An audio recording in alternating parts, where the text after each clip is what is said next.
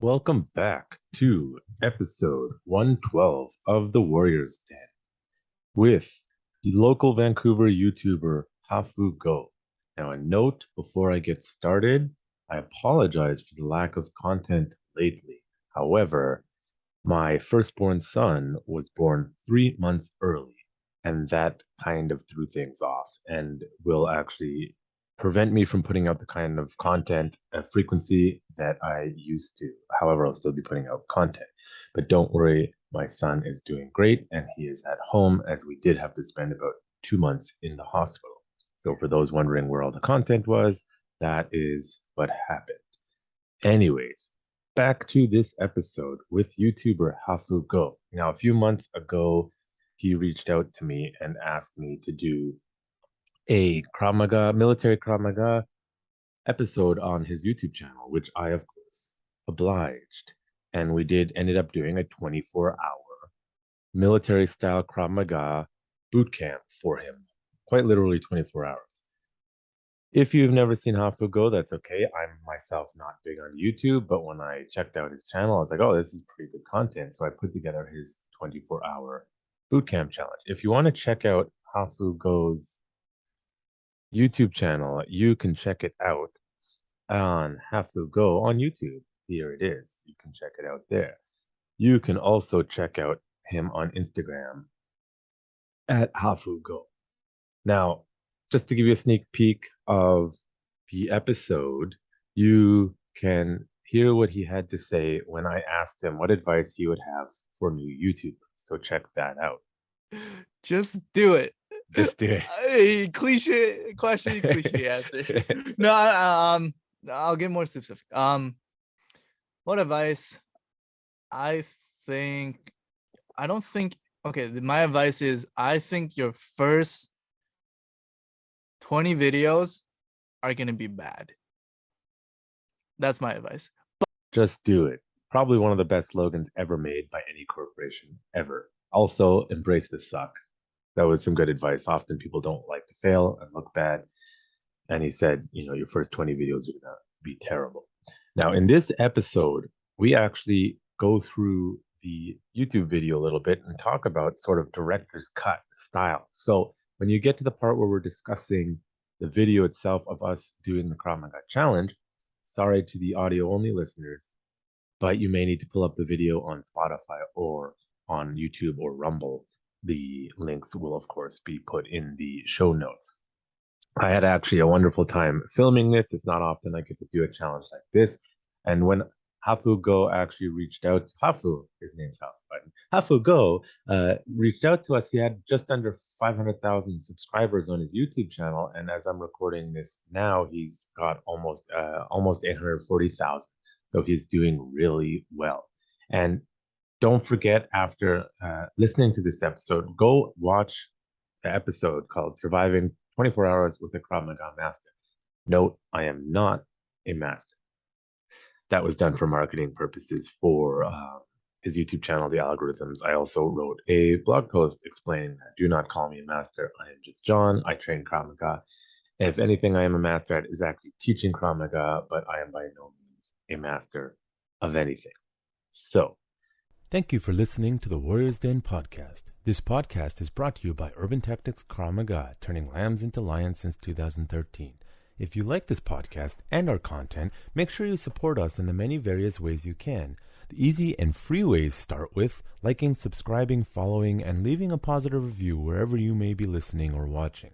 You can also follow us on social media, on Facebook, Instagram at Urban Tactics Krav Maga, and Twitter at Urban Tactics KM. You can also follow us on YouTube and Rumble at Urban Tactics Krav Maga. Another great way to support this podcast, as well as our other content, is to check out our blog at www.utkmblog.com. Here you can check out our weekly curriculum, our various blog posts, and general ideas about Krav Maga and self-defense. For those of you feeling generous, you can also click on the Support Us tab and send donations our way so we can continue providing the awesome content you love. And for those who would like a little more for their money, you can check out www.utkmu.com and learn Krav Maga and self-defense online as we teach it at our school. You can check out the various levels of curriculum with monthly or annual subscriptions and learn Krav Maga so that you too can walk in peace. Small disclaimer, UTKMU is meant to supplement your regular Krav Maga self-defense or martial arts training in person with qualified instructors and is not a substitute for in-person real training.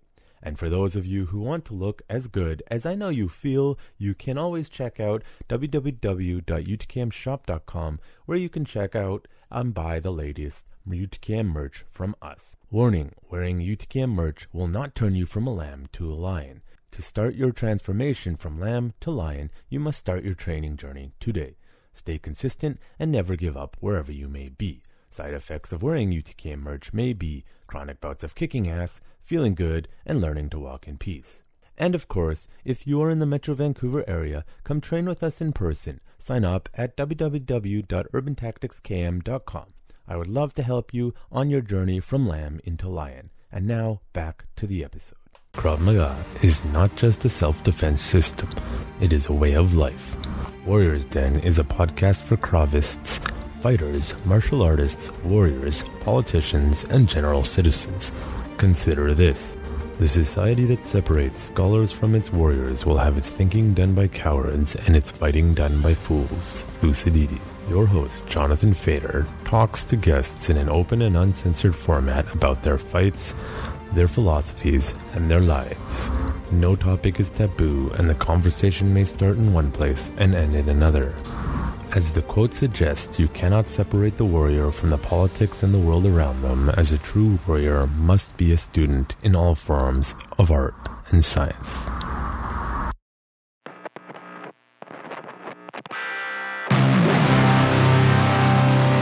You're listening to The Warriors Day.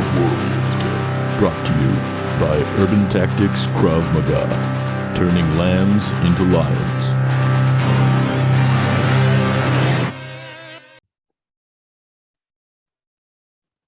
Okay, I am here with Hafu of Hafu Go, the YouTuber. How are you today? I'm very good. Very good. Very excited to be here. Awesome. More excited than doing the 24-hour challenge with me?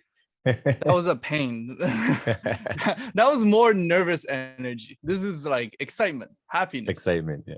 Yeah, I'm sure you didn't know it was going to hit you. So for those who don't know, we did a 24-hour challenge for Krav Maga military boot camp. But before we get into that, I wanted to kind of get to know you a bit better. And let's start with the easy or complicated, depending how you want to answer it.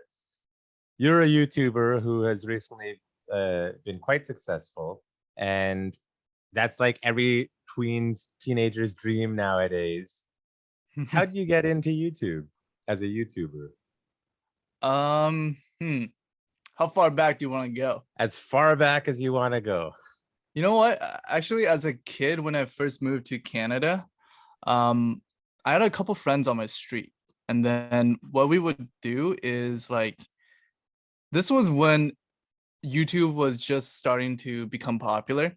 And in my elementary school, like everybody was watching these couple channels. They were watching Niga Higa, they were watching Smosh, and they were watching sometimes like Kev Jumba or Fred.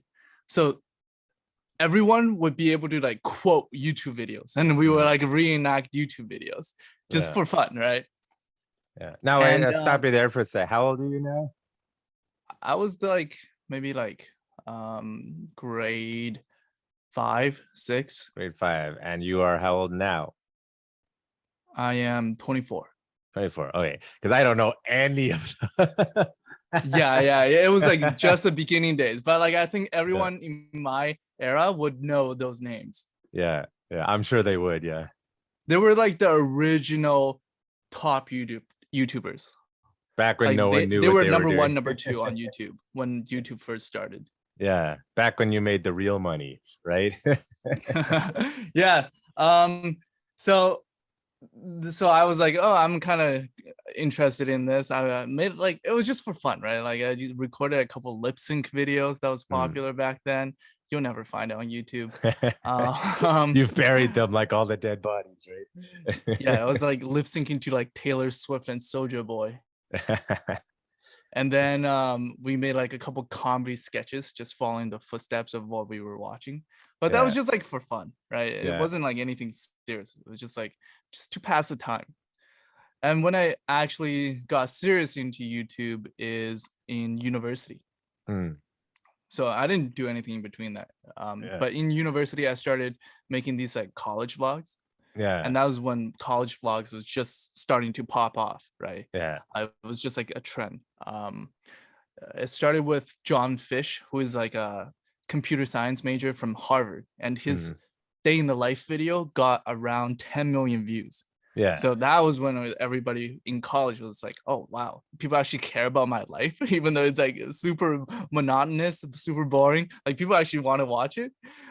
So yeah, I hopped on that trend and caught the like tailwind of that trend. And that's when I first like started making videos consistently. Yeah, because if I go on your channel, that's like all you went to like what Harvard and all those major MIT, UCLA. I can see Stanford. Yeah.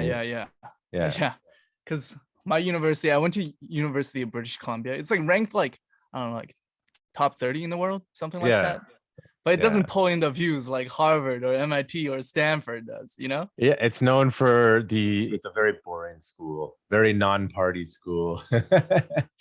Yeah, but it's nice. The campus is nice. Oh yeah, campus is beautiful. It's like huge parks and lots of walking space and bike space.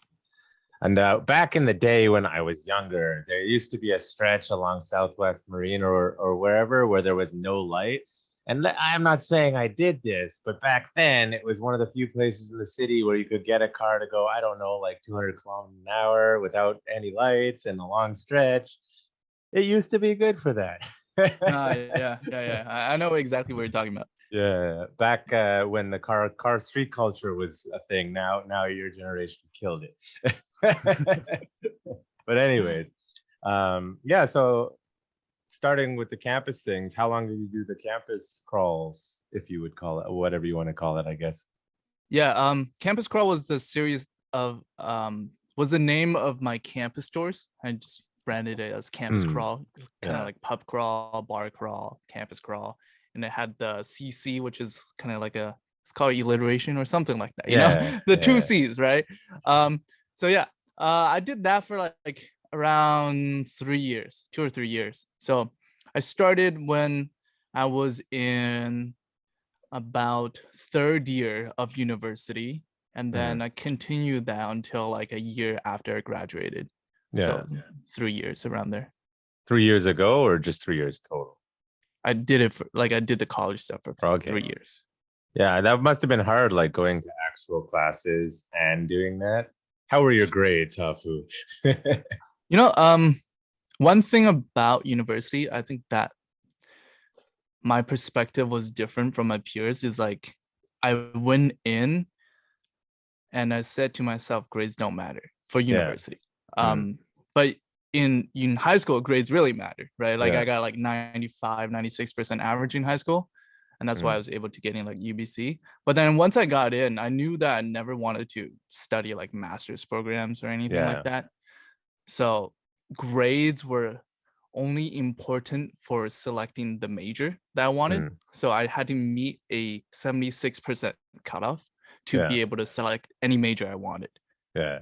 So that's what I got. And I was basically, it's like, after I get that, extra grades don't matter to me. I'd rather get the extracurricular experiences and invest my time there than invest my time into like getting higher grades. Now, how does your mother feel about that? I don't think she cared. Like they were surprised that I even got into university. Very supportive, I see. No, it's like when I went to university, I was like that. I went in when I was older. Actually, like I dropped out because I just couldn't deal. I was much older than everyone, and I just couldn't deal with it. I went back and finished my associates, but I would tell people, as someone who'd been to the army and had done some things, like you're here to learn. And employers don't care about your grades most of the time. So if it's more important that you have a good learning experience and develop your mind than the grades, but so many students are still stuck in I need good grades. But it's like, if you don't know what you're doing. Been like taught all this time, right? And it's Yeah. just easier to continue thinking that way than try to like find something to do outside of study. Yeah. Which, lucky for you, you've quite successful now. Now, Well, it was like one of my experiments. I tried a lot of Yeah. different things, and Yeah. just kind of like stuck with me because I liked the creative process, and I saw that there was like long-term business potential as well. What was your major? I study marketing. Marketing. So it's correlated, like what you're doing now is But like, you want to know the reason why I study marketing? sure. Because I thought it would be the easiest major for me to like basically gloss over, so I have more time outside of class to do other things. And was it? Yeah, it was pretty easy. All the marketing kids are like, ah.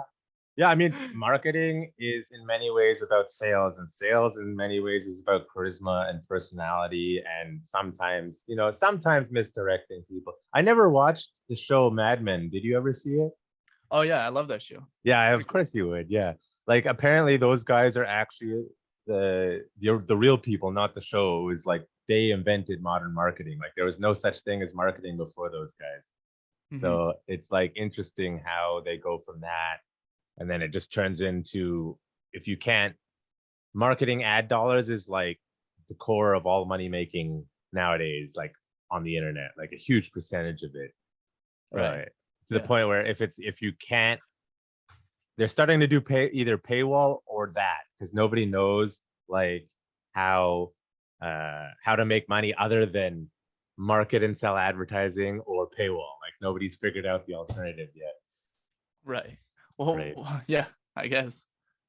Unless you have any ideas. Did you learn any marketing tips that you could I mean, if you're categorizing marketing as the sale of any product, then like, that's basically how you make it money anyway, right? Like, yeah, you gotta sell stuff to make money. So it was an easy major then. It was very easy. We had like these final presentations that would be worth up to like 30% of our total grade. Yeah. And a lot of it was like, obviously there was like a write-up attached to the presentation, but the presentation itself was worth a lot as well. And I'm like decent at talking, so like basically I got pretty good grades on all those classes.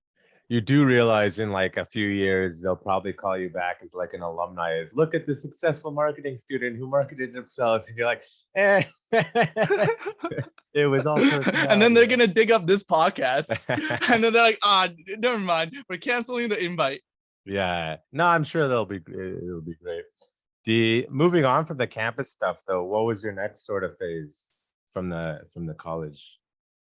So actually I was a little confused, right? Because like I graduated, I was still making like college, and then transitioned to a little bit like of study tips, productivity tips. And then that was during COVID as well, so I couldn't travel anywhere either, so I couldn't do my like campus tours. That was like the fun part of it. But so I was just like sitting in my room and talking to myself, and that felt really boring real quick. Yeah, I did that for about like 6 months, and I was like, this is pretty boring. I want to kill myself. I can relate for sure. I tried doing solo. I do solo podcasts once in a while, and it's like because then you actually got to do research, and you have to have all your notes up, and you got to make sure you get it. Yeah, and it's just not as fun as like doing some interactive. And also, just like the content didn't excite me, like and like how much can you talk about productivity? Because if you talk too much about productivity, it becomes unproductive. Yeah. It's like a paradox of some sort, How many how-to videos do you need to watch before you get it off the couch and do something? Right? Yeah. But yeah, so from there I took a little break, and then I was just like brainstorming stuff that I wanted to make just for the sake of making stuff. And then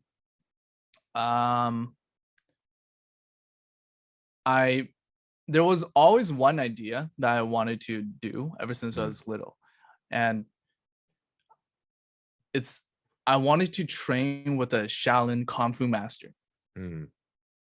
Because growing up, I watched this TV show on in China. It was called Journey to the West. And basically it's like about a monk trying to get like the scriptures from heaven, and then they have to traverse through like a lot of monsters and like a lot of land in order to get there. And then like basically there was like kung fu, there was like magic, there was all this stuff. And so like the main character is like the Monkey King, so he knows all this kung fu and stuff. So I found that really cool.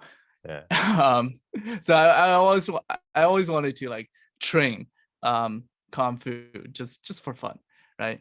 And it just so happened that one of my friends messaged me because she like saw that I wanted to do this thing, and she said like there's actually a Shaolin monk in Vancouver, well, in Richmond. And basically I reached out, and that was like what I made after the college stuff. And that's like your big breakout video. It's got like 4 million views now or something. Yeah, I mean, like it was a series of videos. I think it was like 6 videos total, and totally they have like maybe like 30 million views. That's pretty good. Yeah, it's insane. It's like the most I've ever had. Why do you think that specific video took off so much? Is it just luck, or did you do something specifically? It was a lot of different things. I don't think it was luck, because what I noticed is that when I was doing research, I always do research before I make any video. When I was doing research, there were like a couple Shaolin videos about like Shaolin monks training, or like my life at Shaolin Temple. That had, one was a documentary about 8 minutes. That one had like 10 million views. And then the other one was about like a guy who went to train at Shaolin Temple, and that had like 7 million views. But then there were only like a couple good videos on this topic. So I saw that there was a lot of demand for this topic, but not a lot of supply. So I thought, okay, if I make a good video here in a format that was like specific to YouTube, then that could have potential, right? Because all the other formats, they were like documentary style videos. I made it into like a challenge video, kind of like Mr. Beast type of like challenges. So it was more consumable to like a wider audience. So that, in combination with high demand and low supply, I think those made it like take off. That's why I'm gonna come back to bite you in the ass with that comment shortly. I'll remember it. You'll see why. Okay. But yeah, I watched it, and I wonder if it's like that they're very good. And actually, me watching that and some of your other martial arts videos, I watched them, and when your producer Sarah contacted, I'm like, how hard can I push Hafu? And I actually saw like, oh, I think I can push him pretty hard, because I saw what you had done in the previous videos. So I'm like, I'll be able to do that to him. It's good. Yeah, that makes for good content. Yeah. Now I wonder, like, is it possible, because you spoke some Mandarin, I think, in those videos, is it the Chinese market that helped as well, or is it just algorithm? No, like YouTube banned in China. Oh, is it? Yeah, but Chinese speaking market then. No, I had like very low percentage of like Chinese comments. Okay, that's interesting. So I guess just like the whole like movie ethos of Shaolin monk and like Hollywoodization of it, it just boosted up in the algorithm also. Yeah, perhaps. probably. Yeah. Was there any like specific things that you care to share about like the algorithmic side of that, or like keywords? Because that seems to be a huge part of the whole YouTube business. Right. Like, what do you mean by that? Like basically, so like what makes a good YouTube video type of thing? Sure, but like if you're looking in, there's not a lot of content per se other than documentary. When you're doing your research to say for the Shaolin video, and you decide on a title or a specific what you include in it, is there a specific like methodology you're going through, or is it algorithmic? Or just the metrics? So the main metric for YouTube videos is a thing called audience retention. So what audience retention means is basically, let's say you have a 10-minute video and you have an audience retention of 50%. And that means, on average, a viewer watches 50% of your video. So that's 5 minutes.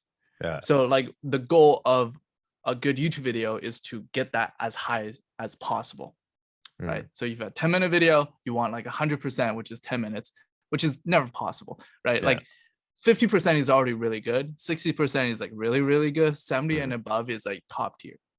Yeah.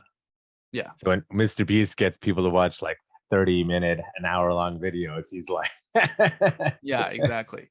Yeah. So that's the thing. So now the question comes back to like, how do you increase audience retention? And that is like a very complex question, because it's the same as asking what makes a good movie. Yeah. Right. There's so many things you can do. There's like lighting, there's camera work, there's scripts, there's like all these different things that lead to a better movie, also lead to better retention. But one of the most important things in that is making each scene interesting. So basically, if I'm doing like a challenge, I have to like make the challenges interesting, right? It can't just be like do push-ups or like go run, right? It has to be like more unique challenges that people haven't seen before. Yeah. And that is the part where we did a lot of research. I actually watched a lot of like Kung Fu videos, and I like pulled the challenges from there, and that would confirm with Master Yandy, who was a monk. He's like, is this something that you guys actually do? And can we do this? Yeah. It's interesting. Yeah, because so moving in then, what did you research or look at prior to training with me? This is what I'm really interested in. Well, I saw on YouTube that there were a lot of Business Insider videos about the military and about Army boot camps and about like Navy boot camp. They're like every type of Army squadron, they had like a boot camp video, and those videos would get like above 50 million views. Yeah. And that was like really interesting. And then I saw there was another channel that does like a similar type of videos as me, called Michelle Kerr. She does like these challenges as well. And then whenever she did like FBI boot camp or Army boot camp, they would get like 10 million views as well. So I thought, okay, maybe like this is like a really high demand topic, and obviously it's not easy to like get access to the Army or whatever, right? So that's what. Yeah, because like, you know how they say never look at the comments. I was looking at some of the comments. I actually think the comments were very supportive of you, and I thought they were quite funny. But the one or two comments were like, "That's not really a boot camp," and they're technically right, because what you did with me was more of a Krav Maga military boot camp than right. like a military focused boot camp. I can always do a military focused boot camp with you another time. That will take more training, more planning though. I see. We would have to go out in like the middle of nowhere to do that properly. But because your producer Sar sort of organized with it, and my specialty isn't really military stuff. I can do it. It's Krav Maga. So what did you know of Krav Maga before you came in, or did you only research military stuff per se? I knew a little about Krav Maga, not too much. I just knew that it was like for self-defense, and I had like a friend in university who was in the Krav Maga club at UBC. So like she would sometimes like talk about like Krav Maga stuff, but like I didn't know too much. Yeah, that's very common. That's why I made the comment earlier about it's going to come back to bite in your ass, because if you look up Krav Maga online, there's actually not that much good quality content publicly available. And you didn't put Krav Maga in the title. Yeah, maybe I'll consider changing it, because it's not doing so hot right now. Yeah. If you put like surviving 24 hours of military Krav Maga training, it's a bit more representative of what we did.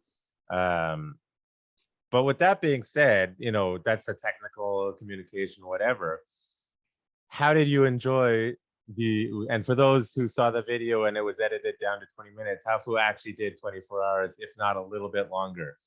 And just so you know, we were actually all very impressed with you and how you performed for someone with little to no experience. So you should feel proud for sure. Thank you. How was that? And I do want to go through the video sort of and break it down, but before we show people, how was that for you? Like, go into detail. The Right. blood, the sweat, the tears. It was intense, man. It was a lot. It was it was the single hardest challenge I've done for my YouTube videos. Yeah, good. Yeah, and it was like a lot more than what I was expecting. I was expecting like decent hard, but like the hardest part about it was just like the non-stop exercises, Yeah, because we would basically like do, how many do we do? Like we did like 6 full-on cardio and strength like workouts in like 24 hours. yeah, mostly body weight, so it's okay. But yeah, But it was we like did. intense, and it was like Yeah, explosive, and it was like a lot more cardio than I'm used to. yeah. It's not, well, it's both anaerobic and cardio. It's more just like, you know the saying, have you ever heard the military saying, embrace the suck? Yeah, yeah. And it's kind of what it is. Eventually it's just so like brutal. The earlier you can accept that this is just what's going on, the happier you'll be. Versus if you're like, this is terrible, I can't keep doing it. Granted, you knew this is over tomorrow, this is over in a few hours, which makes it a lot easier. Yeah. But like what I made you do, I guarantee you a lot of people would quit on me. Right. I can't quit after you finish Yeah. making the video. Yeah. That's also like added motivation. Yeah, well, there's that. Yeah, I need the footage.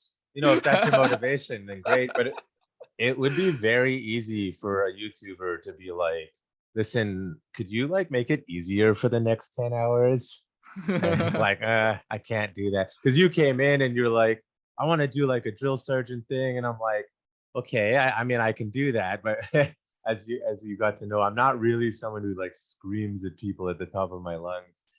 But as you've learned, I don't need to do that to push you to your limits. Yeah, that's true. What's the one thing that you learned that was like, I'm so happy I learned that, like stuck with you? I think it was I think the main thing I learned is that I'm actually more physically capable than I thought I was.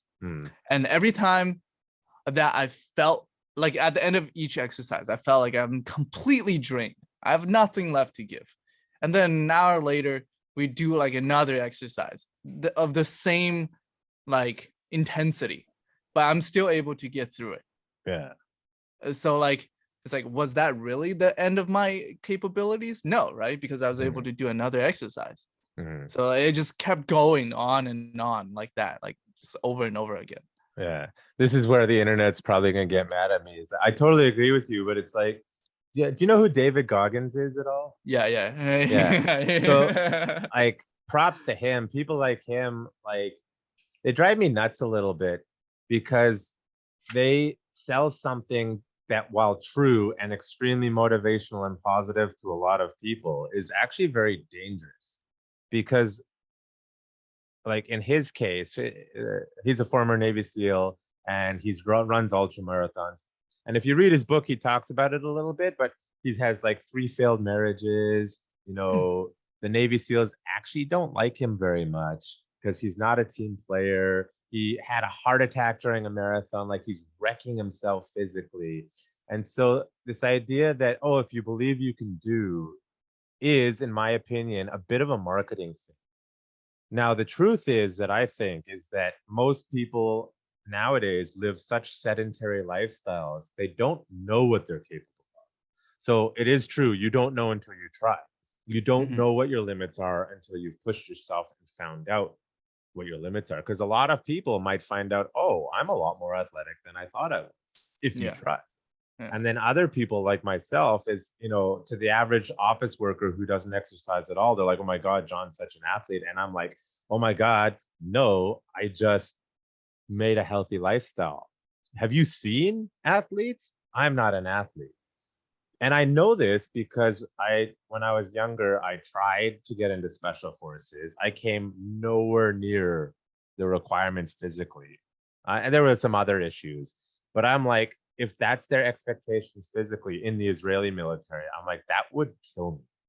And I had friends in like black ops units telling me what they had to do physically. And I'm like, yeah, that would kill me. That would physically kill me. And they're like, some people like David Goggins would be like, no, you just need to believe. And it's like, no, man, that would kill me. Do you know how I know? Because I did infantry training and that was fucking hard.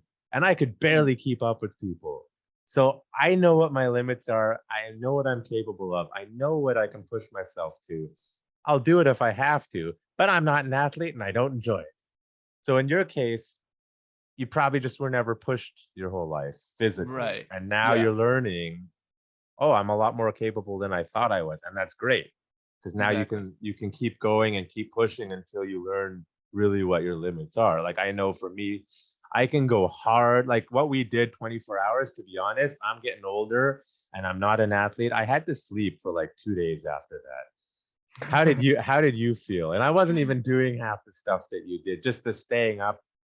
How did you feel? I mean, the day after I hopped on a plane and went to Toronto though. Oh. So I was like, I don't know, like You're still young. I couldn't really differentiate if it was jet lag or it was a tiredness from the training. I didn't know. Yeah. But, and that's the age I was also. tired for a little bit.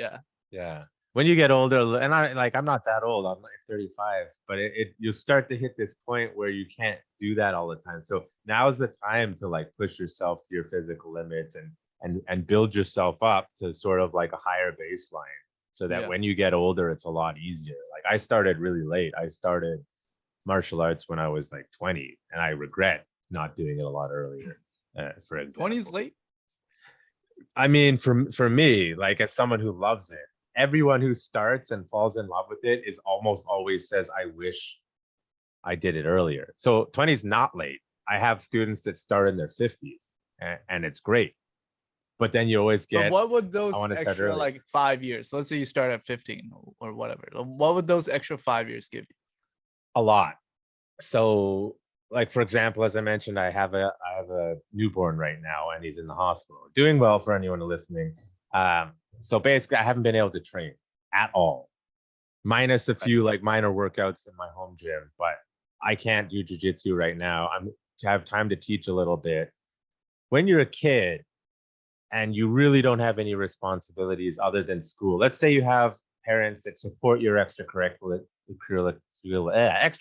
activities and are like, I'm going to take you to school, and then after school you're going to do your martial arts for 2 hours a day, and you're doing like 5 hours or 5 days a week, 6 days a week, 2-3 hours a day, which a lot of kids do if they love it.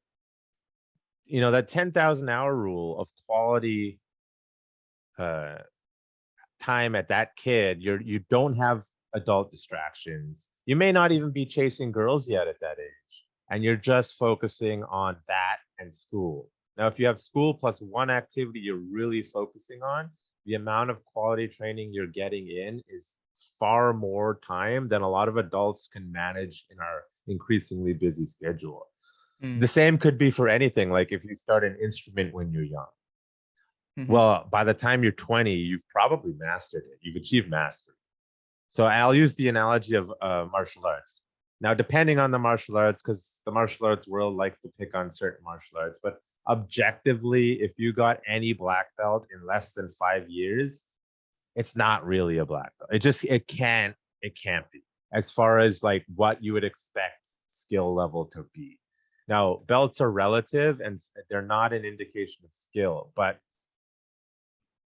that's a long time to get that level. On average, as an adult, I'm going to use jiu-jitsu because the jiu-jitsu ranking, Brazilian jiu-jitsu ranking, is a little bit more consolidated globally than Krav Maga. Krav Maga is kind of all over the place. On average, a casual black belt is getting there as an adult between 8 to 15 years. Really? Wow. Yeah, because I have kids, I have work, I have, other obligations.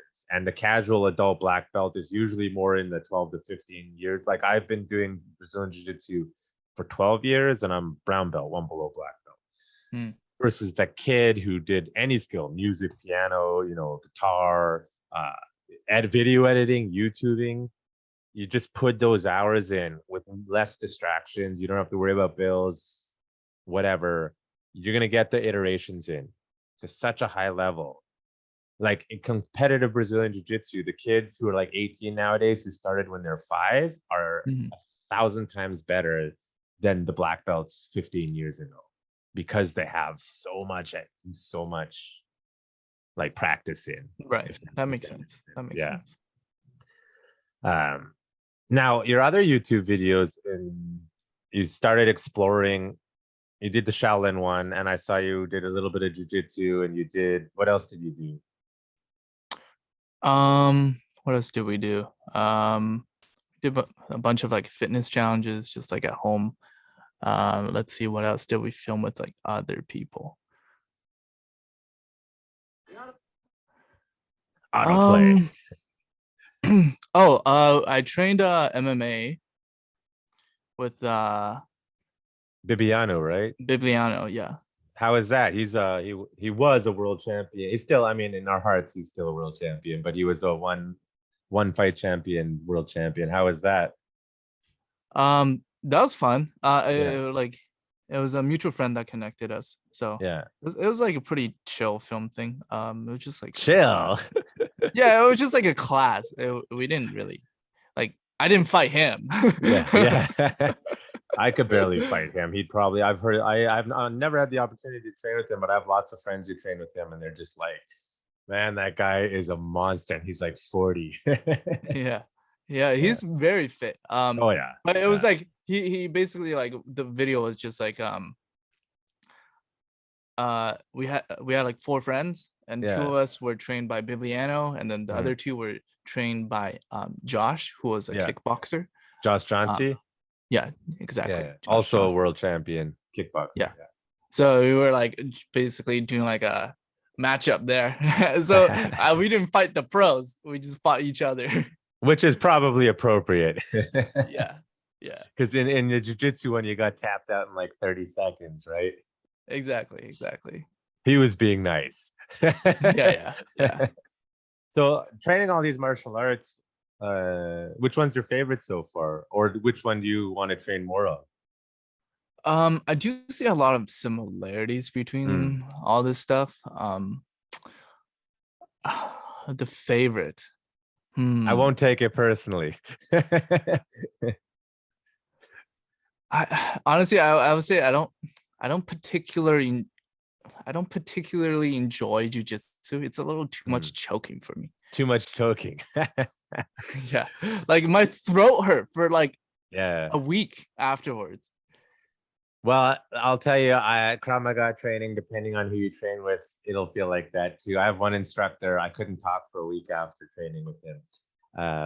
But jiu-jitsu is actually a tough one, because it usually takes 6 months for people to like, okay, I love this, because it's so complex compared to some of the other stuff. And yes, I can definitely see how like people can really dig into it. It's kind of like a little chess game, right? Yeah. It's also strategic as well, in addition to like physical challenges. Yeah. Oh yeah, I love I tell people, my passion is Krav Maga, but my love is jiu-jitsu. Like I love jiu-jitsu. Jiu-jitsu is your like side bay.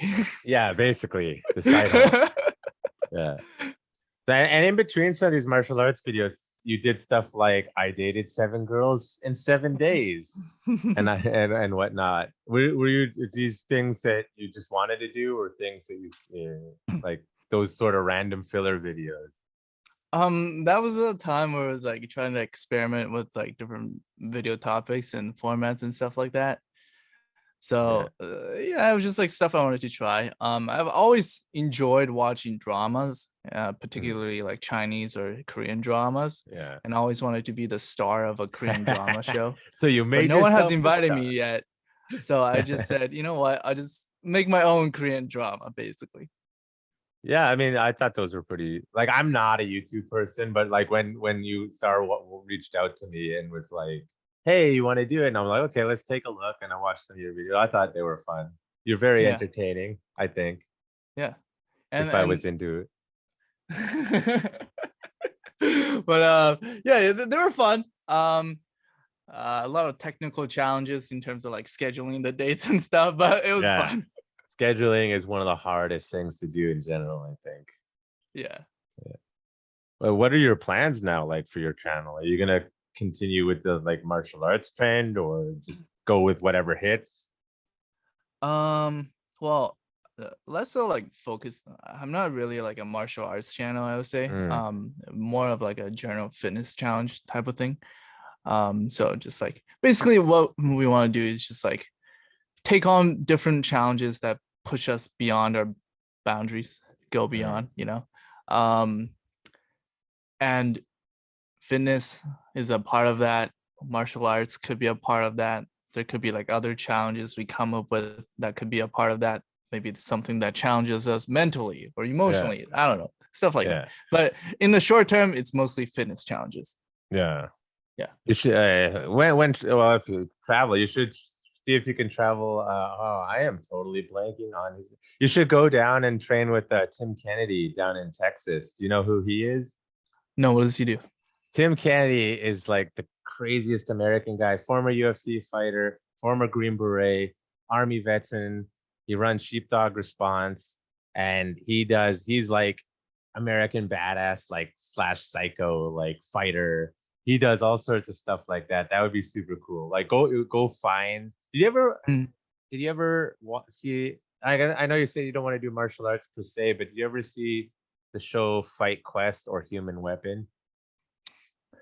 It's getting pretty out of my domain. No. Out of your domain.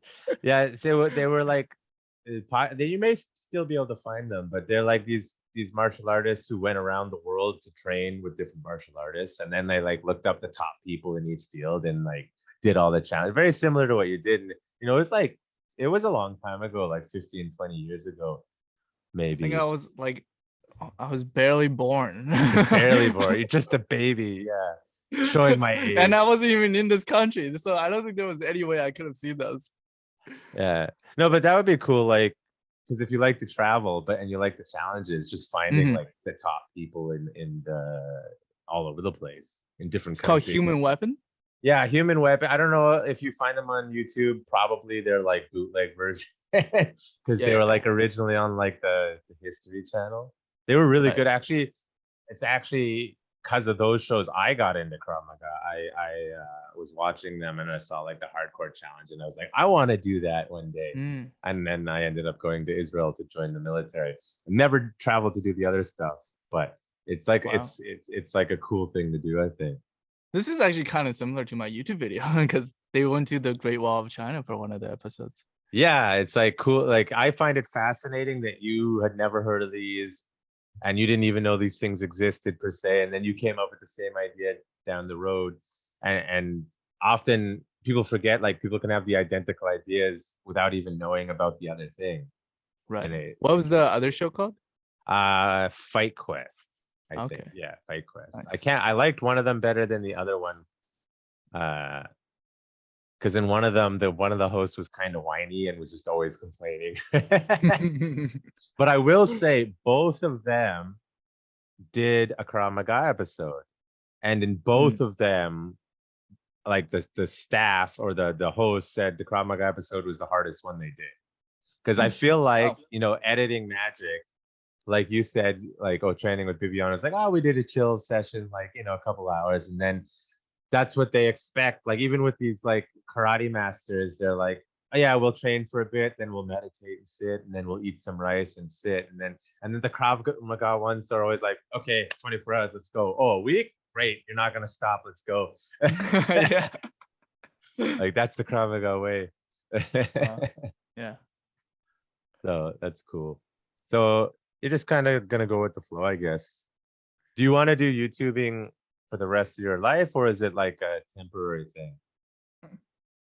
I would say YouTube, well, at least some form of media will probably be a part of my life for the rest of my life. Because I like making content, making entertainment. It's fun. And obviously I'll probably do more than just YouTube. It's like one thing I do like outside of YouTube is just like I always wanted to build businesses outside of YouTube, but use YouTube like to funnel into the businesses. Like Mr. Beast, like Mr. Beast is actually pretty inspiring. Same with Logan Paul. Because Mr. Beast like built adjacent businesses called like Beast Burger. He has like over 1,000 restaurants. They're virtual restaurants, but still like 1,000 locations delivering your food is pretty cool. And then Logan Paul, he has like so many different companies. Like he has like his like marketplaces where you can trade collectibles. He has like Prime, which is like a Gatorade competitor. Like that's the scale of things I want to do, and that's like pretty cool to me. It sounds like it's like you got to build the brand, and then once you build the brand and have the followers, then you can kind of do whatever you want with it, right? Yeah, I mean, you don't have to do it that way, because obviously you can just go into business. What they do is like they just have strategic partnerships mostly. It's like someone else is actually running the business, but they just promote it, and maybe they give like creative guidance for like marketing and stuff like that.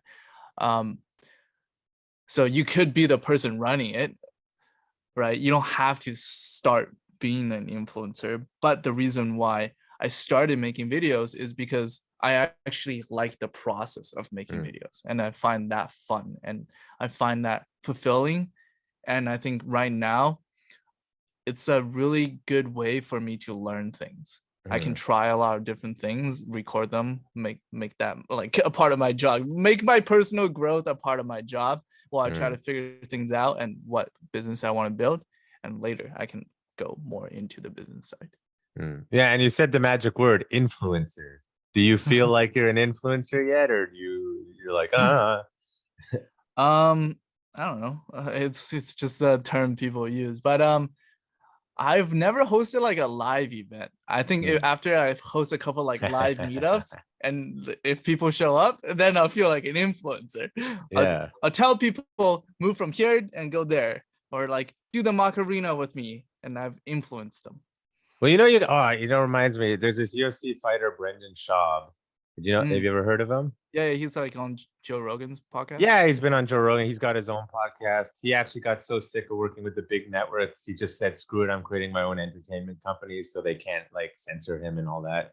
But he started doing that with Tough Mudders. He like partnered with Tough Mudder, and then he does like the Big Thick Boy, which is his clothing company, like events. So like, because you mentioned you wanted to do like fitness stuff, you could always it wouldn't be very hard to work with somebody to do like a fitness challenge for your viewers, start local and build it up, and you can make it like we're going to do it live when I do it here, and then you have like other locations and stuff like that's on the line. Cool. Yeah, locally I know tons. I have one guy in mind I can tell you about afterwards and hook you up with that. I'm sure he would be more than happy to sort something like that out.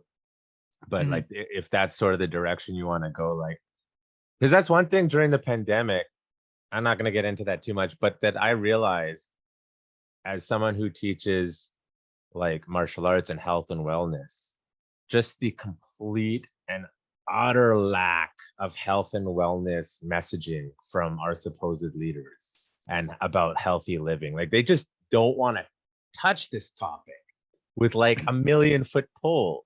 And so it's up to people, I guess, like you and me, to get the message like, hey, live a healthy lifestyle. And if they look up to somebody like yourself or me or Brendan Schaub, that will get them off the couch and be active, I think that's far better leadership than anything these politicians do. Because why do you think they don't touch this topic? It doesn't seem like that sensitive of a topic. Here's where I'm going to be the jerk. Fat people vote too. And they don't want to hear that they're living a very unhealthy lifestyle. And it's not as bad in a place like Vancouver, but let's say American. Sorry to my American friends. And yes, America's where the money's at. When you have like a 40% or 50% obesity rate, and then like a push to make obesity acceptable as like it's a good thing in a lot of circles, marketing as well, and politicians, they tend not to ever want to answer that question. They'll deflect when it's just unquestionably, like, you cannot argue based on data, based on knowledge, that eating well, like eating whole foods and an active lifestyle, it doesn't need to be an athletic active, just active, will make your life so much easier and better. And yes, it's a little bit of hard work, but you're looking at like all the tech guys now. All the tech guys, except Elon Musk, are getting in shape because they are realizing, like, if I want to live longer, I have all this money and I want to live longer, I need to take care of my health. Right. The tech guys are starting to talk about it now. Why are the politicians not?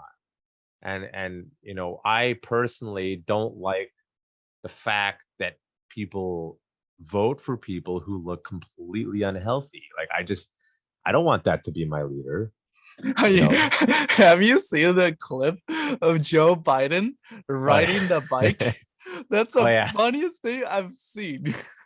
That's one of many. Like, he stops, full stops on a bike, just like casually, right? He's not even riding that fast. Full stops on a bike, and then he's already full stopped. And he tips over. For no reason. It's so funny and so sad. He's clearly not quite there in the head anymore. And it's like, this is the guy they voted for.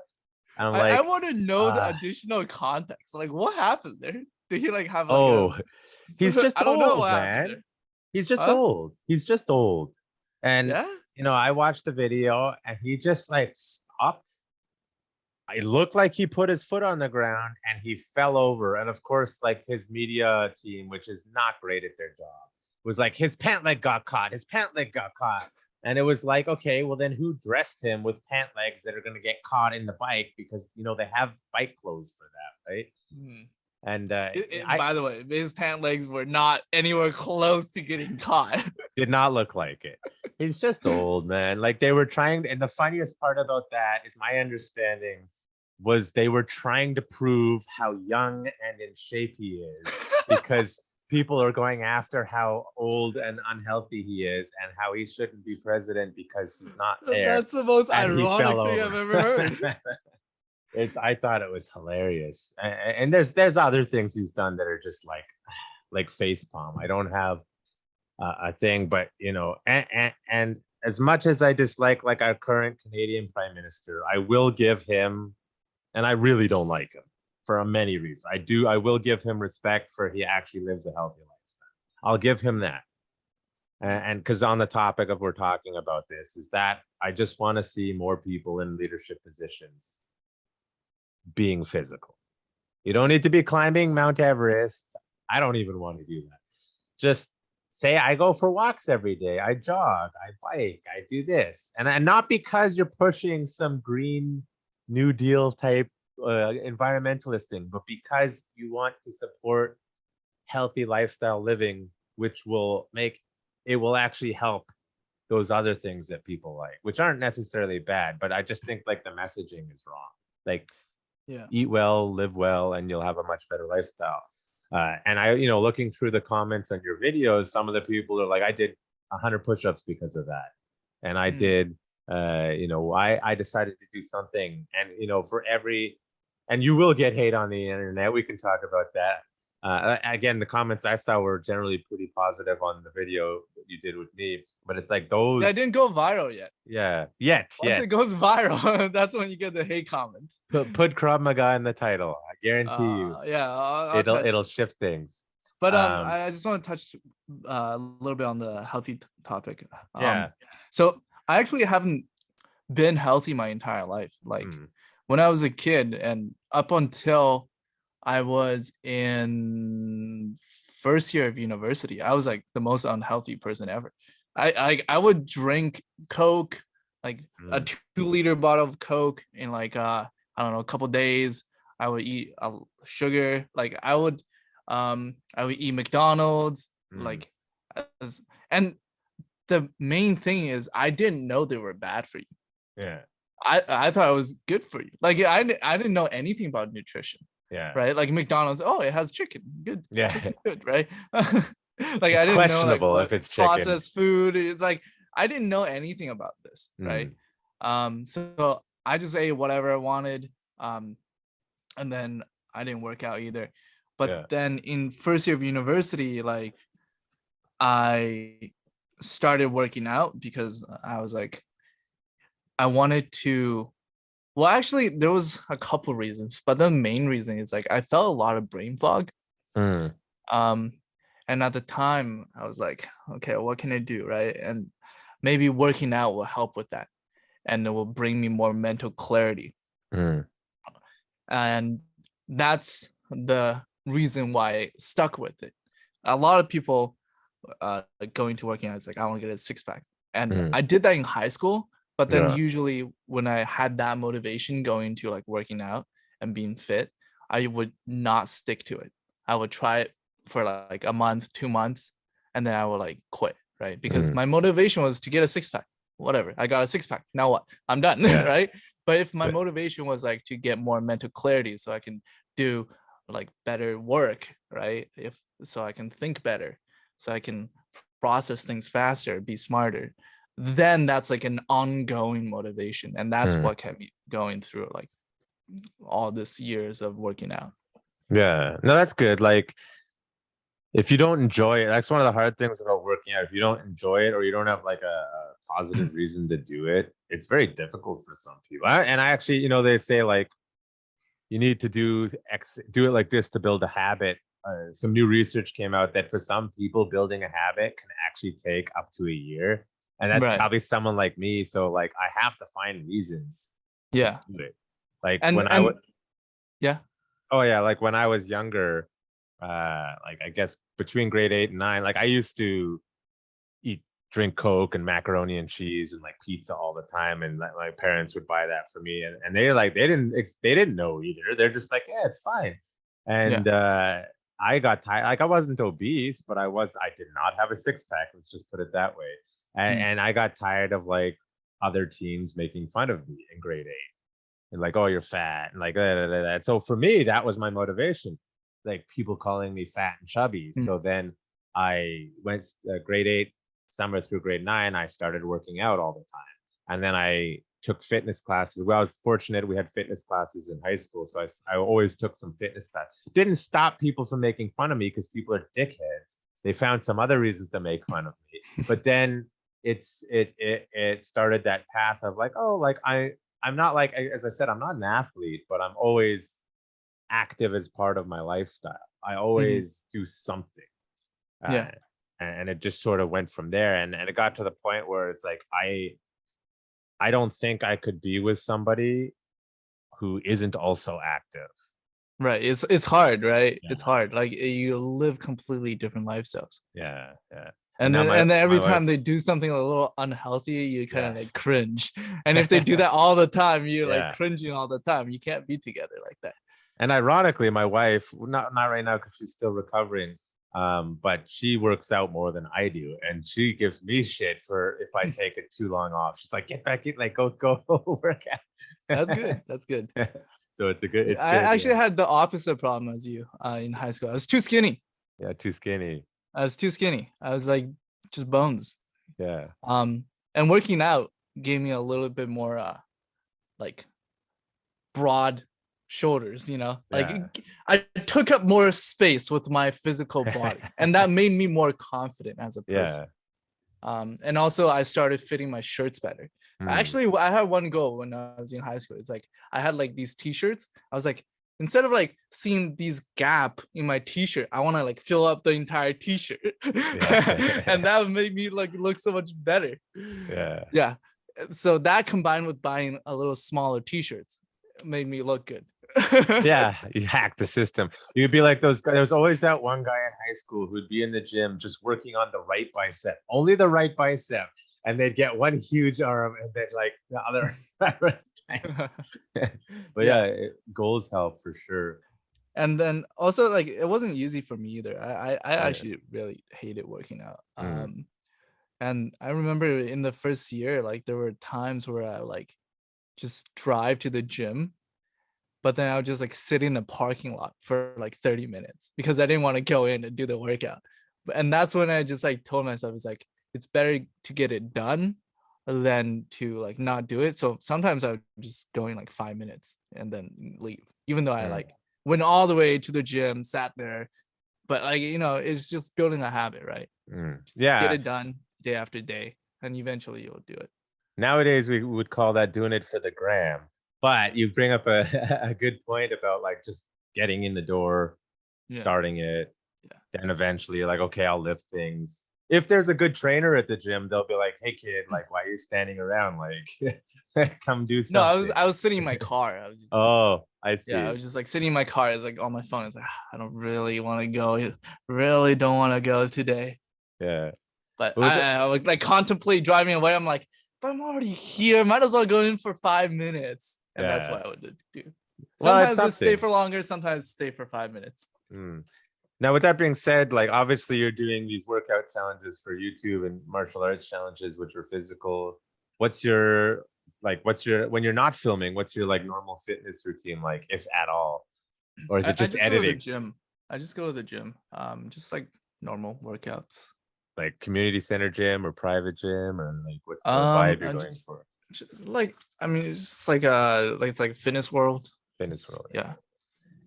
If they changed their name like 5 times now, I don't even remember what those guys are going by nowadays. Generic 24-hour gym place. Yeah. Better than nothing. Because people like me, I walk into gyms like that. I'm like, they don't have any of the equipment that I want. It's just the machines, which I used to use, but now I want like the free weights and I want to do like lifting and stuff.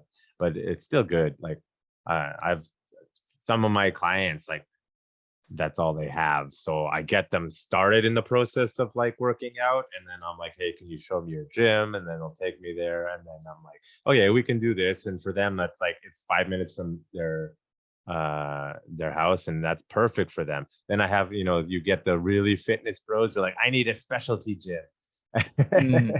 I see. When you get really into that.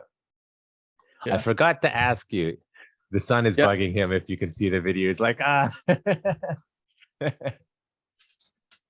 So it's not good for video, it's too bright. Yeah, he's very OCD, which is great. If I remember, there was something Mr. Beast said. It's like that 10% extra makes all the difference.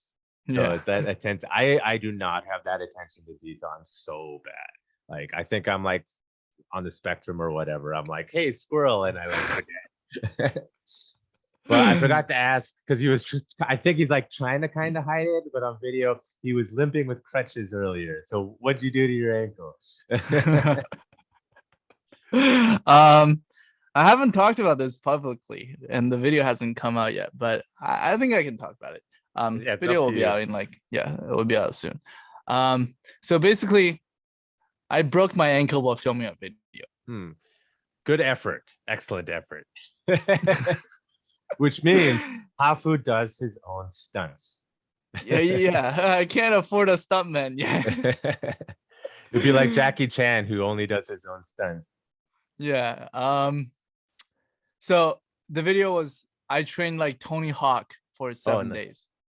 And it was my first time skateboarding. Obviously, I longboarded before, but then I never touched a skateboard. And all I would do was like I would use the longboard to get around, right? So like skateboard was a completely different thing. Yeah. And on one of my days, I was in a skate park and I was doing ramps, like jumps. Those like U-shaped ramps. Yeah. Like the half pipe or like the bowl? Probably a half pipe, I guess. Kind of like a half pipe. Yeah. Kind of like a half pipe. And I actually, at first, I was like super scared to go down it. And then I did a couple successful attempts where I would go down and then I would like land, right?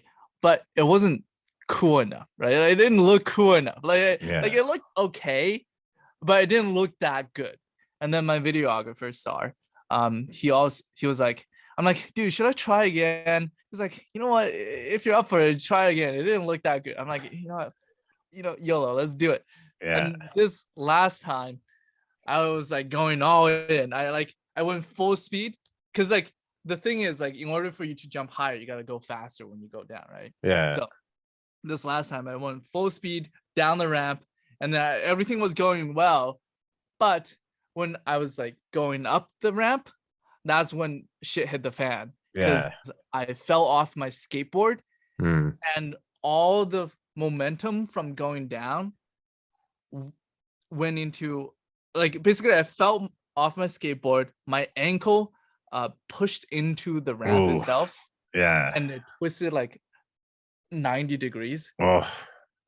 And basically right after that, my ankle and my foot was just like dangling. Oh. It was Fun. like completely dislocated. You got it all on film, right? All on film. Of course, yeah. It's all on video. It's all on video. Good. And the worst thing is, like, we called the ambulance afterwards.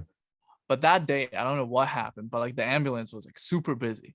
So they were like, you know what? We'll get to you. Just wait, right? Yeah. I waited like 20 minutes. Yeah. No one came. All right. Well, we're like, okay, they're busy, right? 20 minutes, pretty normal. We waited like another 20 minutes. No one came. Yeah. Called again. They're like, we're sorry. We're really, really busy. And by the end of it, I waited 90 minutes. Yeah. And still no ambulance came. Yeah. So I just looked at Sari. I'm like, bro, like, let's just go to hospital ourselves. Yeah. So like a couple of the staff and my friend Sar, they basically like carried me into the car, and Sar drove me to emergency. Yeah. That's I don't know, like when you felt a while ago, you know, a lot of people are like, don't understand how screwed up the Canadian healthcare system is. Like, I like the free healthcare, although it's not entirely free, but it's still good, but it's so mismanaged. A while ago, they actually said, don't be shocked if an ambulance doesn't come. Did you know that? You found I out didn't know the hard that. way. I was very shocked that an ambulance wouldn't come. Yeah, because they just don't have enough. I mean, they treat the paramedics love their job. You either love that job or there's no way you can do it. But they get paid like crap. There's not enough people who want to do it. Like, I have several paramedic friends. Like, you have to love that job because it's like a rough job to do, and there's not enough of them. Just like there's not enough nurses, not enough doctors. Like, I've been in the hospital for the last 2 months. Luckily, we're in a specialty unit. Even if they're understaffed, there is enough people there to manage. When we were in the maternity ward, it was like, where's the nurse? They're like, they're coming. It's like 30 minutes later. We're like, this is kind of an emergency. Like, and we were like getting very angry, and we were already in the hospital too. Right. So it's like, you know, that's another thing on that health topic. I always tell my students, you got to learn to be your own doctor, right? Obviously consult with doctors as needed, but if you are able to solve your own health problems, granted, you need someone who knows what they're doing to set your ankle properly. So I don't think I could have popped my ankle back in place. It's possible. Technically, I know how to do it. I've never done it before. I would be very nervous. I probably wouldn't trust you with that. I wouldn't trust me either. But like, I know how to do it. But yeah, it's one of those things you kind of want someone who knows what they're doing, has done it before. I had a student. It wasn't in my class. It was in jiu-jitsu. She is a nurse. She's a senior nurse, and she popped her knee out. They carried her over to the side, and it's like small Filipino girl is just sitting there. And I looked at her, and she just grabbed her own shin and popped her knee back in. Oh, wow. She's like, That's brave. Nice. It's like right out of the movies. But I was saying about what you said, like you're filming, you broke your ankle, and what you said earlier about you were watching like the Monkey King, which I'm totally gonna be reading that. Well, my wife's gonna be reading the Monkey King in Mandarin to my child because she's Chinese. We just need to find a good version of the Monkey King. But it's like, if you look at so you know it. I know the story. I've seen like bad English versions of it done on like Netflix and stuff. There was I think a Monkey King series recently. But like, you look at Jet Li, you look at Jackie Chan, like the quintessential like modern Asian like movie stars, and there's one thing they have that a lot of other Western people don't, is they do all their own stunts. Tom Cruise does his own stunts, so that's something you have. You do your own stunts. Like, it's actually I think it's very like courageous to do your own like hardcore stuff, because like a lot of people wouldn't do that. I didn't even know it would be that hardcore. I thought it'd be like like it was a medium risk situation. I didn't think there was any risk of me breaking anything. Yeah. So I miscalculated the situation. It's skateboarding. They break bones all the time. It's the first time I ever broke anything. So it Yeah. was like a little traumatic. Yeah, well, hey, there'll be more. You'll get over it. You'll be fine.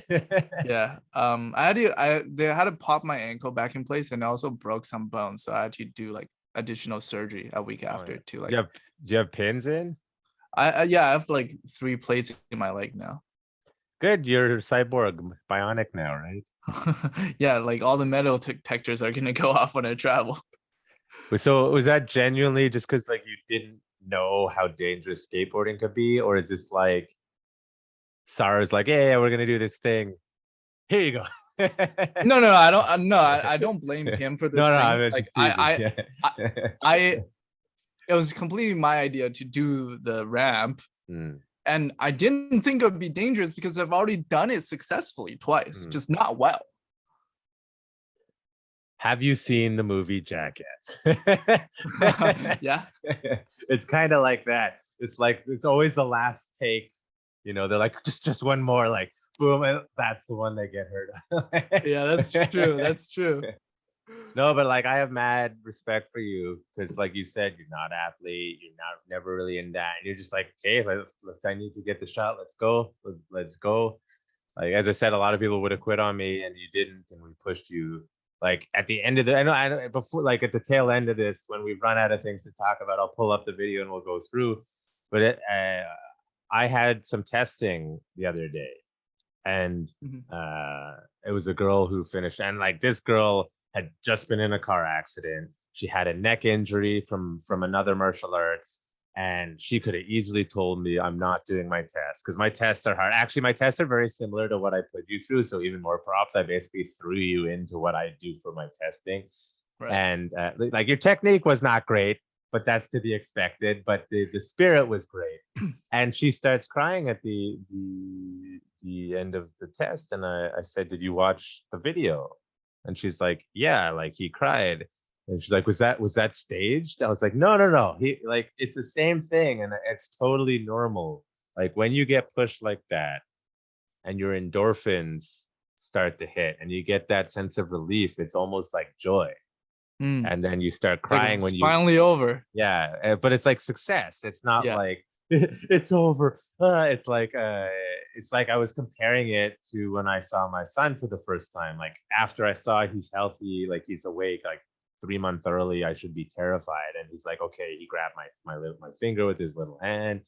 And I'm like, you get the endorphin rush, and it's the same feeling. Like I had to sit down because it's like it's the bioneurology in you that it's just like boom, and it's like it's success. Like that's what success feels like, right? Right.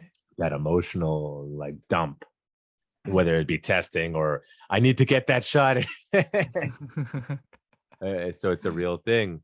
Yeah. Before maybe we'll pull up the video soon, but were you expecting that at all? Like to feel like that? No, I wasn't expected to cry on camera. What is that? And like I don't, but it was good content. I didn't expect it. It was good though. I'm glad you put it in, because it would be very easy for people to be like, that's fake, bro. It's like, no, I'm not that good of an actor. I can't really fake tears. Well, you're probably a better actor than me. As you saw, I'm a terrible actor. I actually blew out my voice. You can see in the video, like my voice is gone. Yeah. I appreciate you for doing that though. But you didn't even use the photo of that. What? Oh, of you screaming at me. Yeah. Okay. Oh yeah. I tested it in the beginning. It's I cool, didn't do it's as fun. well, so I don't mind. I know there's algorithmic stuff. Yeah. So I'm gonna pull up the video. Just give me 1 sec. What do you think? Do this? Yeah, you're the expert. Like I'll share the screen. But what are you gonna play through the whole video, or like just parts of the video? Maybe I'll just sort of skip through the scenes. Like okay, I'll play a little bit and rush through the scenes, and then we can talk about it. You're the expert on this. What do you think? Is that a good way to do it?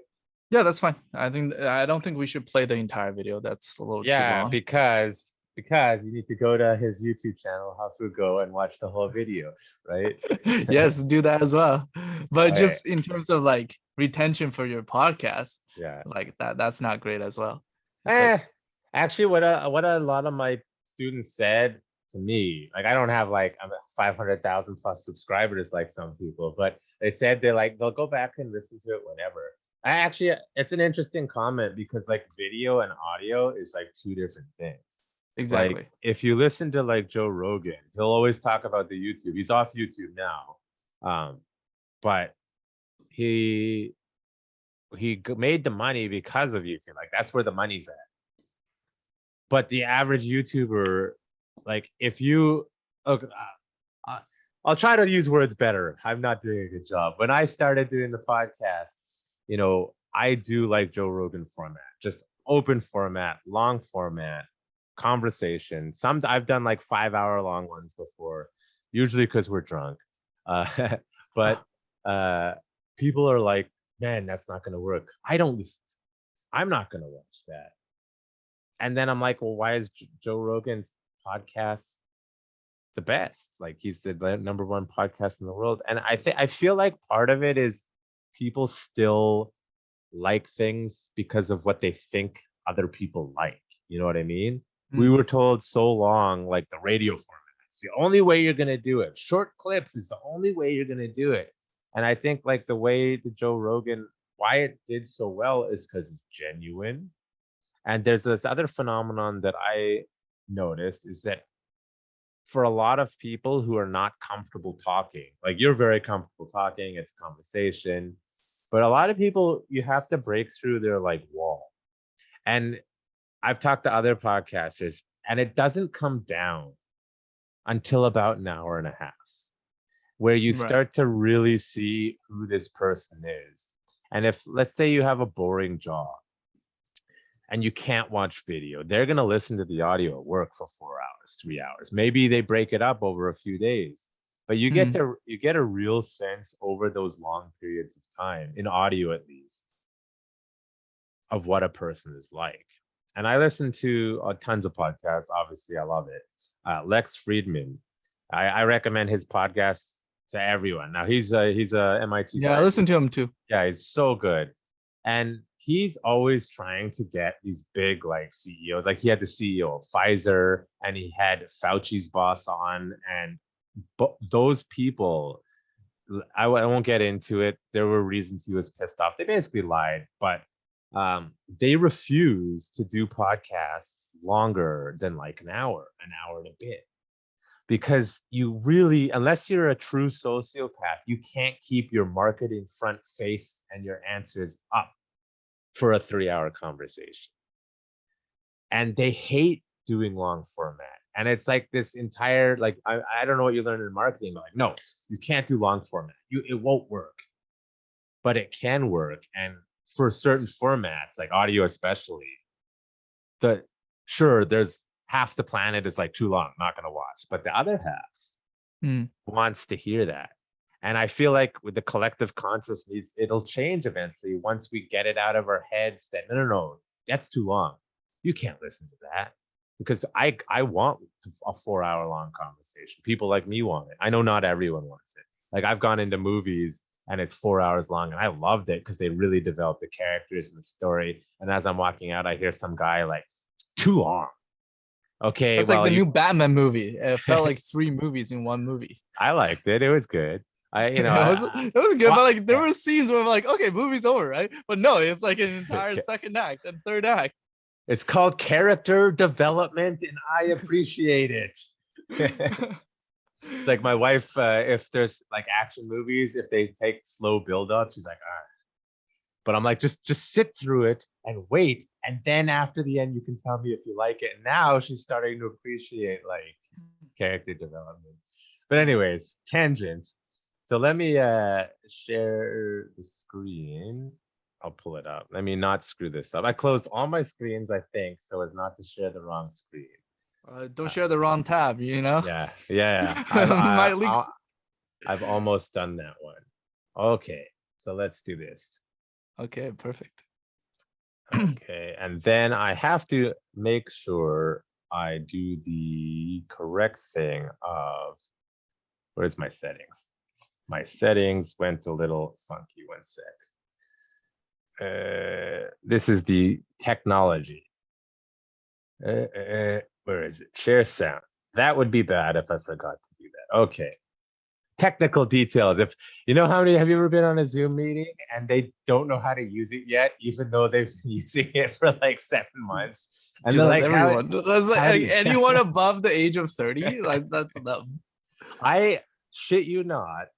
I was doing a job that didn't pan out, and it was during the pandemic, and they switched to Zoom, and they were trying to use it, and they didn't know how to use Zoom properly, and it was driving me nuts. Anyways, so let's go through. So I'll just play a little bit of this first scene, and then I'll sort of fast forward it, and then we can talk about it. Give me 20. Sprint to that tree and come back. It's a little laggy. Do them again. It'll be fine on the record. You know what's in this. You were there. Go home. No, you signed up for this. Your life is mine. You're not a baby. Crawl properly. Where's the funny part? Yeah, there was a part that was really funny. Well, catch up. Catch up. No, you skipped over it. Don't let the young guy beat you. Go to his channel. How do you feel, Hafu? I can't think. I'm dead. So that was the first sort of military portion. You asked for this. It was not in the original itinerary. Right. You're like, I want to do a boot camp style thing. Yeah, because like we kind of had to reposition the video a little bit on the day of the shoot to make it more military than originally discussed. Yeah. Just because like I thought like the military packaging would get more views and more attention. That's why we did it. Yeah, but it was fun. It was fun. Yeah, I mean that part was not the hardest. It was the first exercise. Like it was harder than expected, but it wasn't too bad. Like I was able to get through it. Now, with that being said, that is a lot more close to what a military boot camp or test might look like, where they just have you doing these absolutely meaningless physical tasks. Right. If you had given me a bit more notice on that, I would 100% have gotten sandbags and had you running around with sandbags, because that's like super military. In Israel, they do these tests for special forces, and they'll take you for like 4 hours, and they literally like run there, come back, run there, come back, pick up this, run there, come back, like for an hour, and that's it. And they just want to see your attitude and if you keep pushing yourself and whatever. And I'm just like, I couldn't do it fast enough. That's why I didn't do that. Of that, what was the hardest part of that, from what you remember? Hardest part was probably just the running with the weights, running with the plates. The plate was a little hard to carry as well. So running with the plate was pretty hard.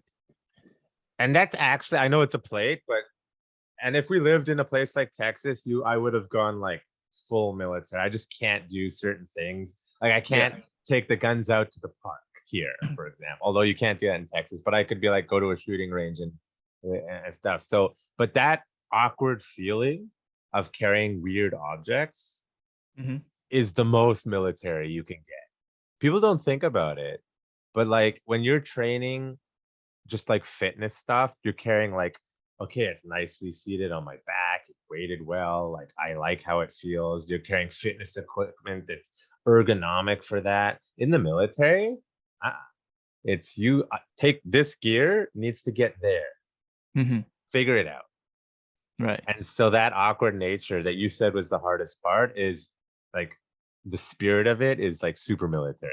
This is awkward. This is hard to carry. I don't want to carry it. So you did good. That's pretty unique insight. That's pretty cool. Yeah. That's the kind of stuff, like doing your research. It's hard to find out. Like it's from talking to people. The trick is, are they bullshitting or not? Because a lot of military guys, like I'm not the common person, then I'm going to tell you exactly how it is. A lot of people got mad at me in Israeli because they're like, no, you're supposed to hype it up all the time. And I'm like, I'll tell you how it is. So like that insight, you want that. You don't want the back in my day, like I was in Nam and like, embellishing the stories. You do get a lot of that from a lot of people. Yeah, you're a straight shooter. Yeah, it's good and bad. It helps in that. So the next, you labeled that as fitness test. So if you want to see Hafu sweat, and I apologize to all of the audio only people who are like, I don't know what's going on. So go to Hafu Go YouTube and you'll see the video. Let me pull up the next one. Hafugo. Yeah. Hafu Go. I will First put name, lots last of- name. I will put lots of links in it as well. Let me pull this back up. Okay. There we go. Make sure. Good, it's still on. Okay, so we'll just leave it like that. So Krav Maga, the appropriate title for this. In Krav Maga, which is military self-defense. You got that More right. powerful. Awesome. 10 more. I'm already tired. No. The first one is kind of like here. Hey man, I need you to back off No groin, no Krav Maga. and move in. Let's Oh yeah, this part was awesome. Watch. There you go. And it's literally a whole bunch of kicking people in the nuts. Yeah, I was surprised at how hard you kicked them. Yeah, it's for your camera. I was doing it for your camera. No, but like I in the beginning when I first saw that and you told me to do the kick on them, I was actually a little scared to hurt them. Like I didn't want to use the same power as you did. They knew what they were getting into. They were also paid to be there, so it's like they could take it. But I'm actually pretty nice about it in class. Like I don't kick people that hard because they're gonna be here all day. They're gonna be here days in the week.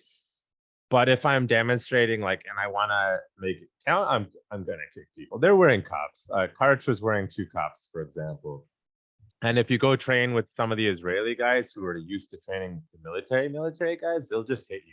They don't care. Mm. But it's You interesting. think your balls get okay? Let me ask this question. Hmm. Do your balls get harder as you get kicked more, or are you just desensitized to the pain? Well, I don't know if you've seen the video of those monks who train their nuts to be able to get kicked in the nuts. Some Shaolin seen monks those. do that. Maybe that's your next challenge. You should find it. that we actually have a video. I trained iron crotch for 7 days, Oh, but I can't finish the video yet because my leg broke. your crotch isn't ready yet. No, but tell me, you've done like groin kicks for a long time. Well, here's the thing. So that is what I would call hard body training, where whatever the body part that you're doing, like Okinawan karate and Kyokushin karate, spend a lot of time in hard body training. Krav Maga does not spend a lot of time in hard body training, and it usually takes about 3 to 5 years on a given body part of training it by hitting, rice. You did some of that training and moving your way up to sand and all that. It's about 5 years on that body part to get it to the point where you need to get it. And Krav Maga's approach is we don't have time for that. Like I'll tell my students about that. I do a little bit of hard body training for the shin checks because people whine so much. I'm like, oh, okay, you're gonna whine, and then we take out like the movie The Accountant. We take out the sticks and we rub their shins. So, I mean, so is it you're becoming desensitized to the pain, or Yes. your body part is becoming like harder? a little bit of both. So with the nuts, I'm guessing that your body's just like, we don't need these anymore. Turn it off. So I think you should have kids first. I'm guessing with your bones, it's a little bit of desensitizing the nerves, but it's a lot of slowly over time, your bones become denser. So you get what's called microfractures, and your bones are porous like a sponge almost. And as you do hard body training, those pores start to fill up more and more and more.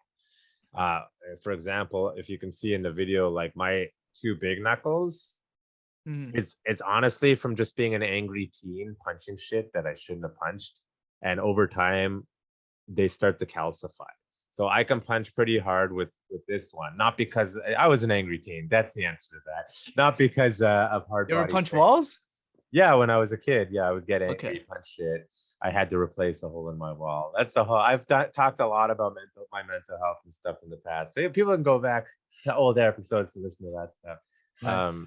But that's from a Krav Maga perspective. I tell people, if you really can't handle it, wear more cups, because I'm not here to train your nuts for this.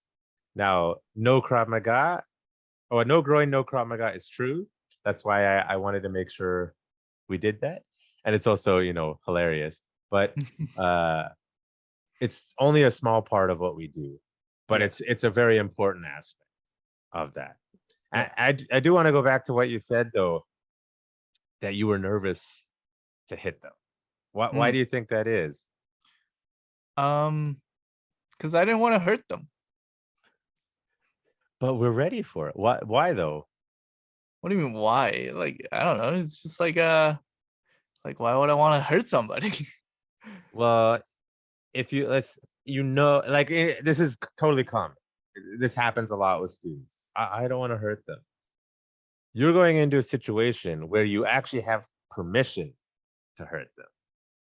So why is There's still a the lot of hesitation? situations where you have permission, but once you actually do the thing, like obviously they like get mad still.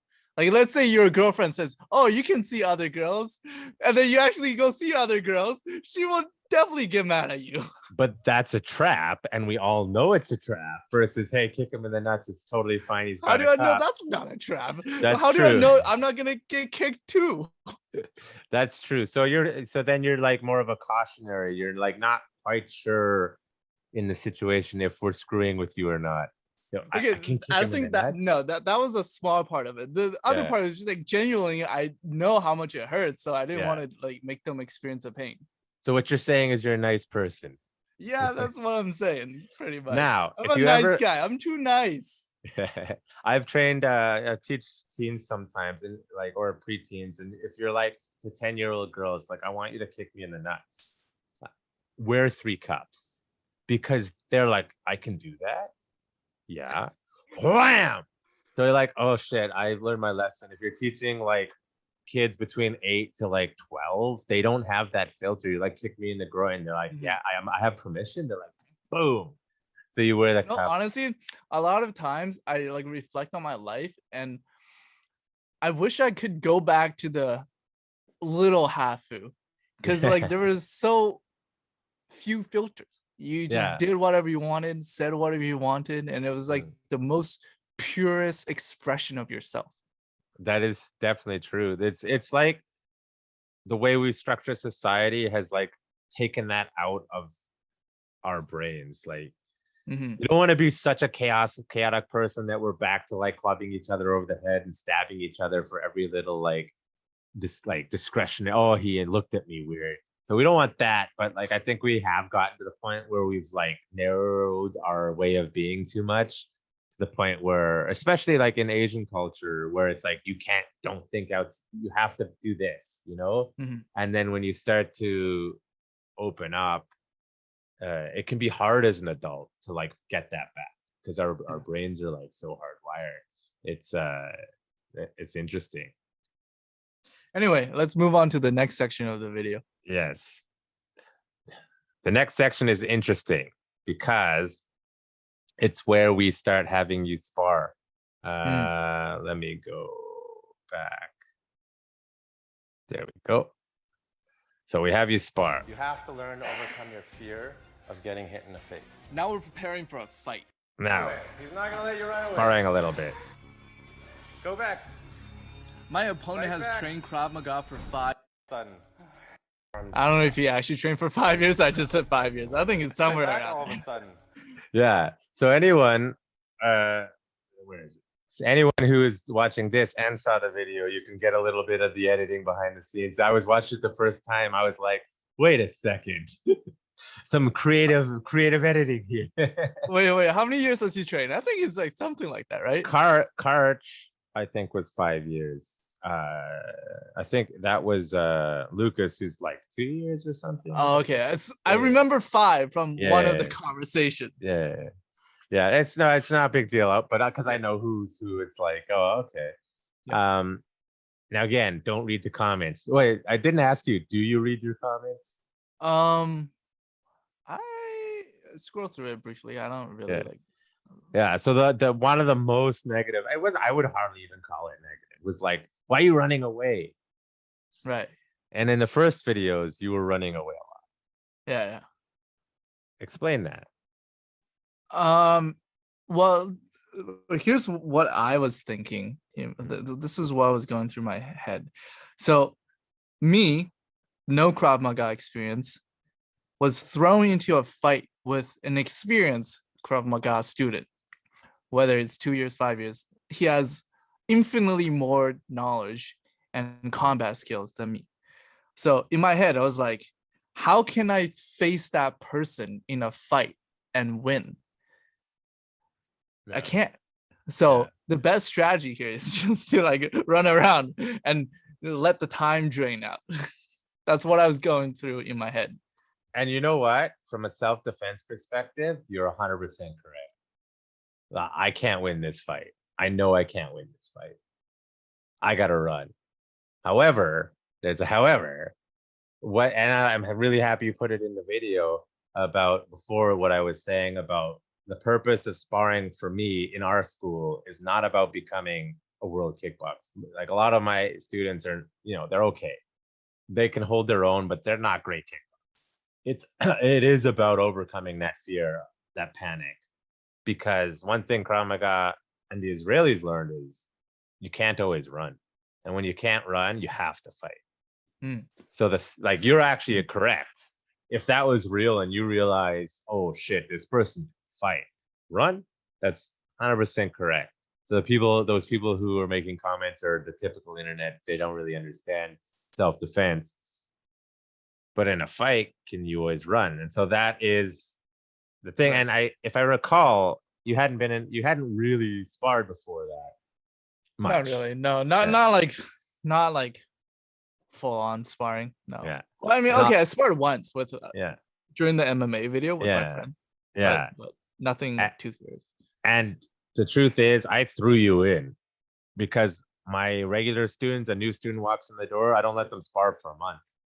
I want them just getting comfortable with being at the school first. Because a lot of people, again, go spar, like go. They're like, no. Also, business behind the scenes, I have had the odd crazy person come in the door, and I need to make sure before I let them spar with other people, they're not crazy. right. They're not like gonna go off on them. Yeah. So like on one side, you running away, correct. On the other side, personal development. I personally think, and I know I have students like this, and there's anyone who likes getting hit in the face, I think there's something wrong with it.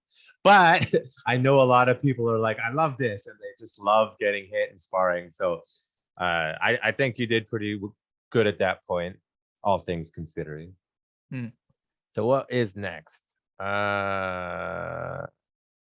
We skip ahead. Let's skip a little bit. We'll go to knife stuff. Okay. There we go. Share. Okay. This is the basic part of it. That's okay, we're going to teach you. So you need to burst. You need to... So we kind of go through it. Do be effective. For the record, don't grab the knife. I skipped over the instructions because like these classes were like 45 minutes each. Yes, I can't include that much instruction. I don't blame you. You got to edit stuff out. Oh, this part was funny. Wait, hold that thought. It was funny. Hold that thought. So the knife stuff, which is a core part of Krav Maga. Knife self-defense, not knife fighting. It's a difference. What are your thoughts on that? It was very cool. It was the first time I've ever learned any like weapon disarm. And I think even within just like an hour of learning it, like I got a lot of the basic components down. Yeah. And I think that's like one of the most useful things that I wanted to like take away, Yeah. Like I think that could be used in a real life situation. Hmm. Kind of forgot some of it though. I like it, but like I'll rewatch it and then I'll relearn it. But yeah, just like moving out of the blade, like moving out of the Center line. Yeah. center Get line. off. Yeah. Either block or get off the center line. Yeah. Yeah. And that's the thing. Like what I was saying, if you look up Krav Maga on the internet, there's not a lot of quality stuff. Either they're just like the balls to the walls, like psycho Krav Maga people. Some of them are a little crazy.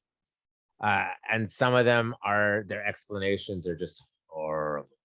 I don't blame you for not putting the explanations. That's something like when I'm teaching, I truly want people to understand what they're doing, because if you don't understand what you're doing, a lot of the times it's like you need to be able to adapt in real time. So the technique itself is never good enough. You need to understand it so that you can adapt when things go sideways in real life. And as you just said, you feel like that's something you can use in real life. Hopefully you never have to. But one of the reasons these are the core parts of Krav Maga is because those types of knife attacks are the most common. Right. And the techniques that I showed you have and do save people's lives. I see. Yeah. Quite often it's like stop and run, but yeah, they work. If you want to like, because we already filmed the video, but if you want, I can give you the footage. You can just edit out the instructional part and post it as a tutorial on your channel. Sure, send it to me. Yeah, but you'll have to edit it though. Yeah, I can do all my own editing. I know you're hiring editors, but I'm probably not up to your standard at all. Yeah, I think that'd be cool because we did do a very long explanation and it's like filmed pretty long. So well, I do have a paid access website. I can use it for there or use on YouTube too, as seen on Hafu Go, and then you do the backlinking thing that works, Yeah. My YouTube channel is pretty weak. I just started it up again a little while ago. But anyways, the knife stuff, like as you said, is like pretty easy to learn, and that's a big part of Krav Maga. Even if it takes you like forever to master, like anything, it should be easy to learn. Like you picked it up pretty good. Except for the part where you grab the knife and oh yeah. Don't grab the knife. Grab the blade by accident. Yeah, and it's just so instinctual. It's like when something's coming at you, you want to grab it. Yeah, I'm actually very happy you actually included my part saying don't grab the knife. And the reason is that there's this very famous, air quotes, Krav Maga guy in South Africa. He's Israeli, and he has gotten in so many fights with the Krav Maga world, and he was teaching people to grab the knife as a disarm. And my God, did the entire Krav Maga world like lose their shit on this. So I'm so happy you put it in that I'm not teaching him to do that. Right? It happens sometimes out of accident, but it shouldn't be like a thing. But I think you did pretty good, considering we just like threw you to the wolves for 24 hours. So the shin block thing, this is the funny. I thought this was pretty funny. Let's share screen thing. Okay, shin blocks. And then you kick. Good. No, not that way. Knee pointed up. Yep. Good. There you go. It's like 5 minutes of that. Down. Keep Down. going. Almost there. Fight through the pain. Mental toughness. No quitting. Finish it. Finish it. Finish it. Okay. How's your shins do? Listen to the sound of that. Yes. Like it sounded painful. I feel bad because Petra has been doing martial arts her whole life, and she's very like solid. She's black belt in judo. She's my highest ranked student, blue belt under me, blue belt in jiu-jitsu. Like, so she's like, and she's from Eastern Germany before the fall of the Iron Curtain. So she's like built tough, Yeah. And so when she hits, it hurts. So you did well. Like, just the sound of it is just so painful. Like I was listening back to the edit. I'm like, holy crap, that sounds so painful. I think when people are watching like UFC, like they don't understand how hard those people are getting hit sometimes. And occasionally there'll be a hit that you can, like watching it on pay-per-view, you can hear it. And you're like, ooh, like, man, that guy got hit. Yeah. And it just shows you like when you're getting hit, that wasn't movie magic. she literally kicked him off his feet several times. Yeah, it was a very sharp pain. Yeah. I was like, I think the first time she took you out, I was kind of looking out of the side of my eyes and it looked like she just went flying. And I'm like, oh, okay. Like he's taking it. Good for him. I think there was a video of Chuck Liddell. Do you know who Chuck Liddell is? Maybe MMA fighter. I'm not too sure. Yeah. Well, yeah. Okay. He's a former champ and he was with, I don't know, Steve-O or Johnny Knoxville or one of the Jackass guys. And he's like, I want you to kick me as hard as you can. And he's like, sure. He's like, yes, and just kicks. It's like this guy, you do not want to be kicked by this guy. And he just like took him out. Where did he kick him? In the leg. Okay. Yeah. So like people, you know, you get the keyboard warriors, and now you know what it feels like. If you've never been kicked in the leg like that, and you're like, oh, he's such a pussy. He's like, no. If you've never been kicked in the leg like that, and you get kicked hard, that's what happens. Yeah, honestly, the training overall gave me more appreciation for watching MMA fights, because Right. I do watch UFC, but not religiously. I watch like clips and Yeah. stuff. But anyway, like sometimes I'm like, oh, it doesn't look like it hurts that much. You know, they're just like tapping each other. Yeah.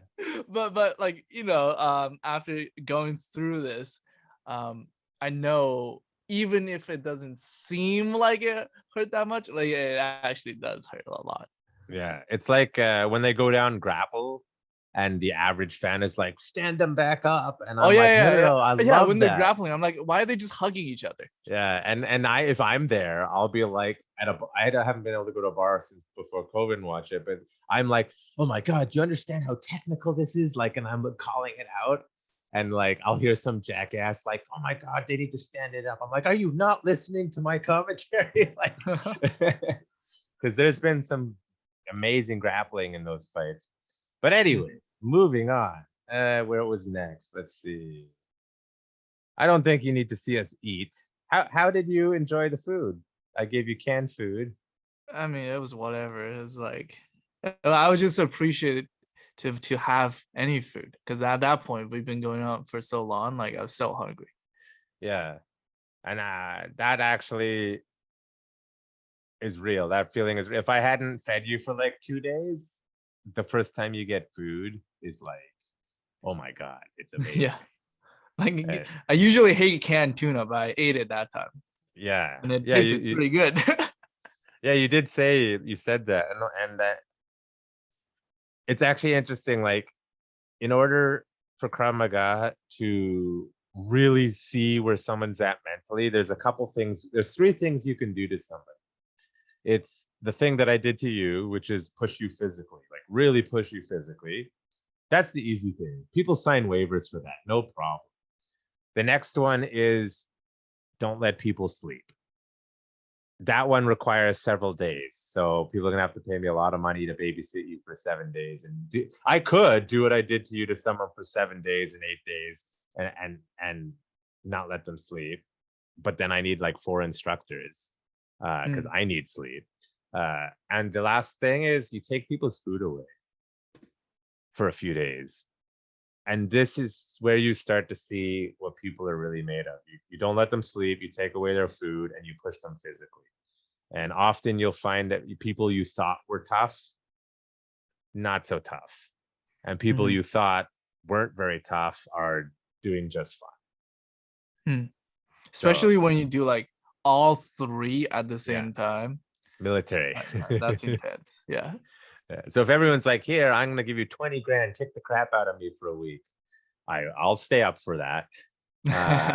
That means I'm not going to feed you all the time. I'm going to not let you sleep all the time. And I'm going to push you like I pushed you for 7 days straight. So you hear that, internet? 20 grand. I'll put it together a 5-day camp for you.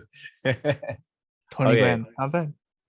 It would cost a lot though. It actually Yeah. would, because I need to hire people and all that stuff.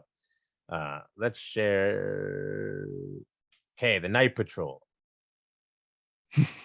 Night patrol. The worst thing is I don't know how long this is gonna be. You're right. 2 or 3 kilometers.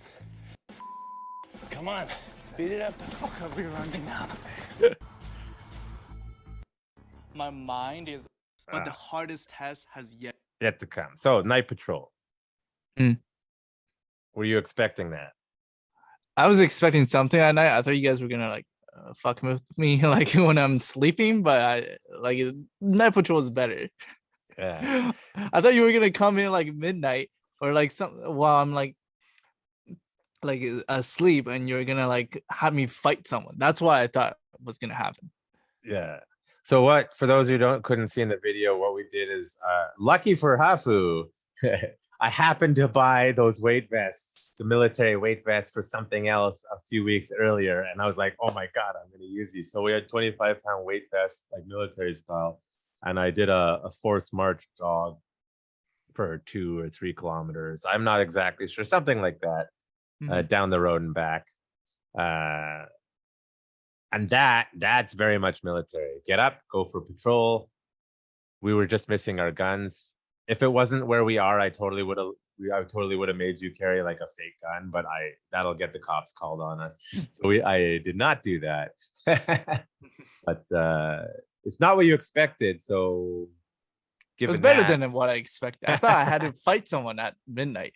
Fight Club, go. Well, we didn't catch it on camera, but he like was expecting it, and he took all the equipment off the wall and blocked the door.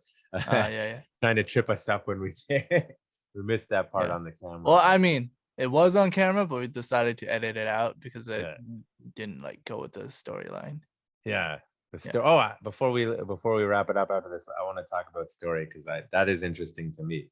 I don't know if I told you, like I decided to make it super authentic, that part, and I wore my actual old IDF army boots. It was the worst mistake I made because couldn't even see your boots. I forgot they were broken and I shouldn't wear them anymore, and it ripped all the skin off the back of one of my feet, and it didn't heal for like 3 or 4 weeks. Holy and I'm shit. like, that's as authentic army as you can get. Your boots crap out on you and you have to keep going. And I didn't even like, know. I mean, like, we didn't even capture your boots. Yeah, I will. It's it no wasn't big even deal. on camera. Not even worth it. It's an Easter egg. That's how you'll know. There's two Easter eggs. Is I'm wearing a G-Shock watch, which is what they wear in the IDF, and I'm wearing my actual IDF army boots. I don't know if they're still wearing those types, but those are 2 Easter eggs I gave you. So if someone really knows their shit, they'll pick up on those things. So I slightly regret that boot Easter egg because I messed up my foot for but it's not the worst. I had a toenail come off in the army and it didn't regrow for another 3 or 4 months. So that was fun. What? Yeah. Could they you take a even while. Walk? You have to. It's basically my boots were too small one time, and we did a forced march like 20 kilometers, and my toenail had just got jammed into the front of the boot, and it literally killed the nail.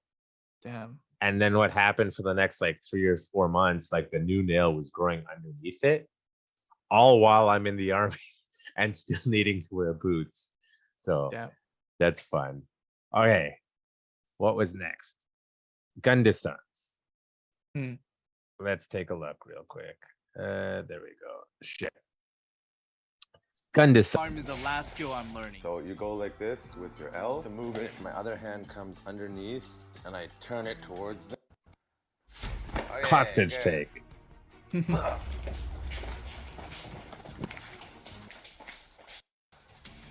you though? Okay. Gun disarms. What are your thoughts? It was pretty cool. I think the gun disarm was okay. So let's separate it into 2. There was a pistol disarm, and then there was the assault rifle disarm. I have to stop you right there. There's no such thing as an assault rifle in the country we're filming. That's a media term. Do not use the term. Okay, what was it then? It's a rubber gun, but semi-automatic rifle, fully automatic rifle are the correct terms for the gun people. I will encourage you and every influencer like you to erase the word assault rifle from all people speaking. Anyways, go Okay. Okay, anyway. a semi-automatic gun. The pistol one was easier to learn. But and then because like the pistol one, it was like easier to get a grip on it, and then it was easier to like push it out of the way and stuff. Whereas the semi-automatic rifle, they had a strap attached to the body while they were holding the gun as well. So it was like a lot of struggle to get the entire gun off their body. Yeah.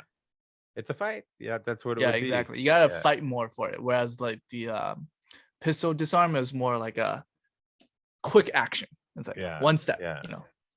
Now, the pistol one is actually more likely that it's something someone's going to do in North America because you're getting robbed or it's a holdup.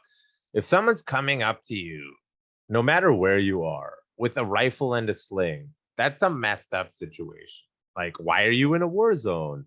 Why didn't you run when you started hearing bullets going off? Like, you know, so for someone to get that close to you with a rifle and sling is a tactical error on their part. So that's the opportunity. The advantage of a rifle is I don't need to come anywhere near you to actually shoot you. Handguns are hard to shoot. So it is quite, and you'll see on YouTube, people have successfully disarmed pistols. It happens more than people realize. It also can go horribly wrong as well. But disarming someone with a rifle, it's like the situation itself is like, why are you in that situation? Right. So it's going to be a fight for sure.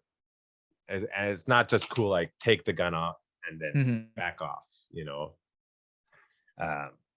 Now, I'm happy the way you showed it, you edited it, because that's where you may get a lot of hate is the gun disarms, because you're going to get, those don't work, bro. You get all those people. There's tons of those people. And then I'm like, hey, I want you to go do a deep dive on YouTube and find all the times it did work. It's not always graceful and it doesn't always look pretty. And they may have done garbage technique, but the idea that you can take a gun away from somebody is a real thing. Again, they're probably a moron who doesn't really know what they're doing, which is good for you because that's your opportunity. But normally gun disarms for me are advanced techniques, because if they go wrong and you don't know how to punch, you don't know how to kick, you don't know how to move, you don't know how to control someone, and you don't know how guns work, you're probably getting shot. You know what I mean? But it's the thing that everyone thinks of. One of the things, kicking in the nuts and gun disarms is like Krav Maga. You know? Right. Yeah. And knife. Yeah. And to be honest, I'd rather have someone have a gun in my face than a knife, because a knife to me is like shit. As you got stabbed like a million times, right? Yeah. I like it. If our training was a real life scenario, I would have died like 50 times. Yeah. But you did pretty good. Okay, skipping ahead to, I'll just show this briefly here. The beginning part of the test that I put you through, which again is actually really difficult, what I made you do. So good for you. 5 push-ups, 85. So you actually did them like really well. One, good job. Yeah. Ready, go. Turn around. Boom. And then we made you run. Go. Yeah, the running part was hard. It was like at this point, Breathe. I was like so tired. Yeah. And like I don't know, my mind during the running, like I was thinking about literally nothing else. It was just like make it to the next step, make it to the next step. And then once we get to the halfway, it's like, okay, now I know exactly how much distance I need to go back to. And then I was like, okay, make it there, make it to that street, make it to the next street, and then make it to the final destination. Goal Like, it was, setting. like I literally like it wasn't thinking about anything. You know, like usually when you're like sitting there, like there's a million thoughts in your head. But here my mind was like completely blank. Yeah, running is hard. Like, and the two, like the test I had to do is in the Israeli military. That part of it is called the bar, or it's just named after some guy, I think. And you know, 75 push-ups, 85 sit-ups, and then a 2K run. And the 2K run is like a unique distance where it's not quite short distance, but it's not long distance, and it's really difficult to get fast times. I think the fastest I ever did it was like 7 minutes and 15 seconds, and I like fell over after. And at that time, what they wanted for special forces was like 7 minutes or under, and I'm like, I can't do that. You did it in 13 minutes and 52 seconds, I think. And I said that the infantry standard when I was in the military, I don't know about now, was 8:45. What I didn't tell you was that we always ran it on a flat circuit, not a hill. Oh, that's a big difference. Yes, but I still think you would have failed. They probably would have added on a few minutes. Yeah, probably. But the 2K run is something that you just practice. And what I tell people back to that fitness thing is, you're in shape for you. It doesn't have to be fast, but that you can get up and comfortably run a 2K run. And if you can get up and comfortably run a 2K run, you're probably in reasonable shape, like in a good place fitness wise. So considering what we just put you through, that was actually pretty. Yeah, it was a lot after like the whole day of training. Yeah. Oh, yeah. And no sleep. The sleep is the most important part, I feel like, especially because like when I don't sleep, I get tired way more easily. Yeah. And well, I mean, isn't that how sleep works? I don't know. Some people sleep like 4 hours, but I need my 8-hour beauty sleep. Some people are freaks and have a specific gene that allows them to sleep like that. I need like 8 to 10 hours some days. It's like I cannot go without sleep. I mean, I can. I take them. Of course I can. I did it in the military, but I have not had. Okay, phase 2 of the test. Man, you one at a time, though. Oh, this was the coolest part for me, I think. Yeah. Shit, I'm gonna die. You did die, but you did well. You did well. Get up, get up, get up. There you go. What do you do? Get up.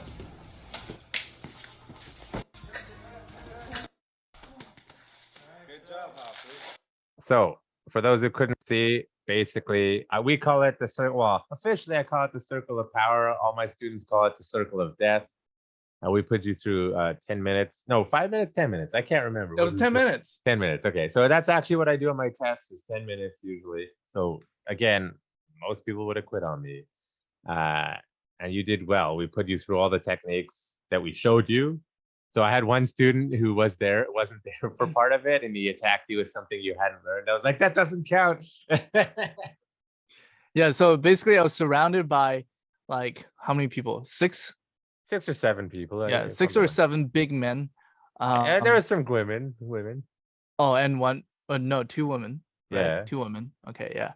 6 or 7 people. And then I basically had to defend them one at a time. And they would be attacking me using techniques we learned throughout the training, right?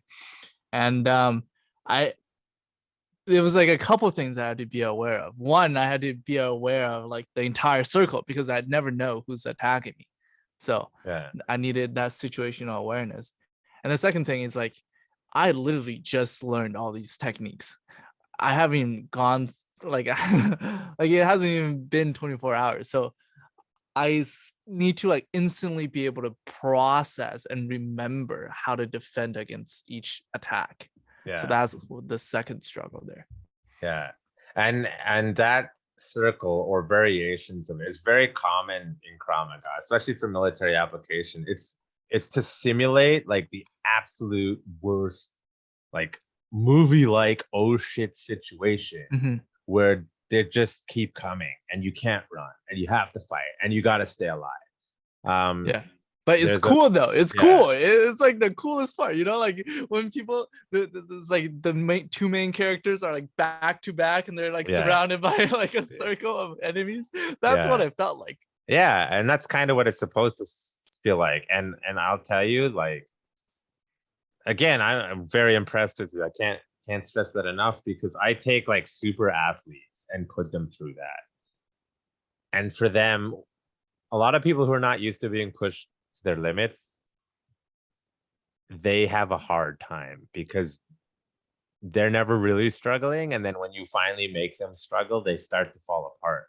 And like that's what it's for, is I want to push you to your limits where you don't want to continue, but you have to survive, right? That's what it's really about. And that's like in many ways, it's like a core of proper self-defense. I can teach you all the techniques in the world, but if you can't push yourself, how are you going to deal with the adrenaline dump? How are you going to deal with two attackers? You know, so you did good. And then where is it? The last part was back to sparring. So after we just beat the crap out of you all day, and we had put you through sparring already, after all that, you get to spar again. Let me see. Round 1. Here we go. So I put you up against a big old guy, yellow belt. Popped you hard there.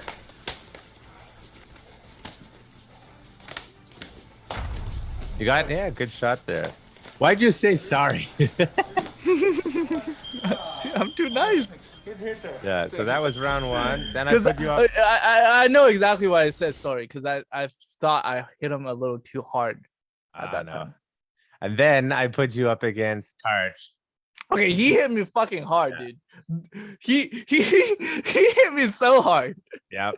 Karch is a little bit of a masochist. He forgets sometimes he's not fighting like pro athletes because he's very athletic, and he's actually one of my instructors.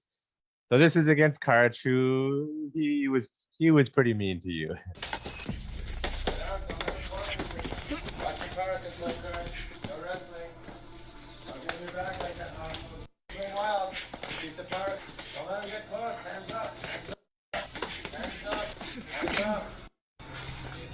And the nice music crescendo.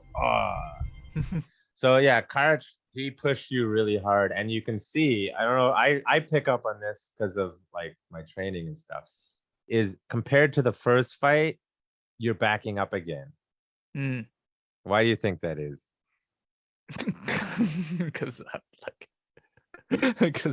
I'm just overwhelmed by his punches. Yeah. I can't do anything. Yeah, no, that's totally normal. It's like that's where the training comes. If you train enough, you can overcome that panic. But he was being mean. I know he was being because that's him. So the fact that you still were willing to throw punches periodically, again, is very good. And then you took him down there. That was pretty good.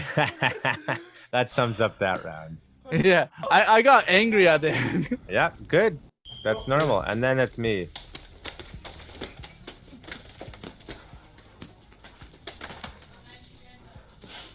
Fight back. Nice.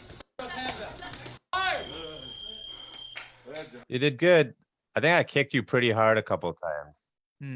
Yeah. I can't remember. Yeah. I mean, I was like so happy then. Like, I'm like, this is the last thing I'm doing. Yeah. Something that you notice me and Karch, like, it's a very like Krav Maga thing. And it's not good. If I go up against like a pro kickboxer, it's actually a terrible habit. Is the Krav Maga thing is we just keep going forward. You just keep walking forward. Because in self-defense, you want to like, you got to put the pressure on. So like, you hit me, I don't care. I walk forward, right? I was being nicer to you than Karch, I will just tell you. Yeah, you were. I could notice that. Yeah. Because I'm like, hard hit, light, move around, let him catch his breath back. I want to see also if you're gonna start fighting back. Like, are you gonna flip the switch and put the pressure back on me? Yeah, I think you give me a little bit more space than Karch did. Yeah. Well, he's just going. Yeah. Because if I go like full Kyokushin, where I'm just like boom, boom, boom, like you've already been beat up enough. I don't want to do that. With that being said, if you go train with some of the Israeli guys, they don't care. Yeah. What I will say is from the sparring of the first sparring to this sparring in only 24 hours, you improved. For sure. Your willingness to fight. For sure. I definitely noticed that as well. Yeah.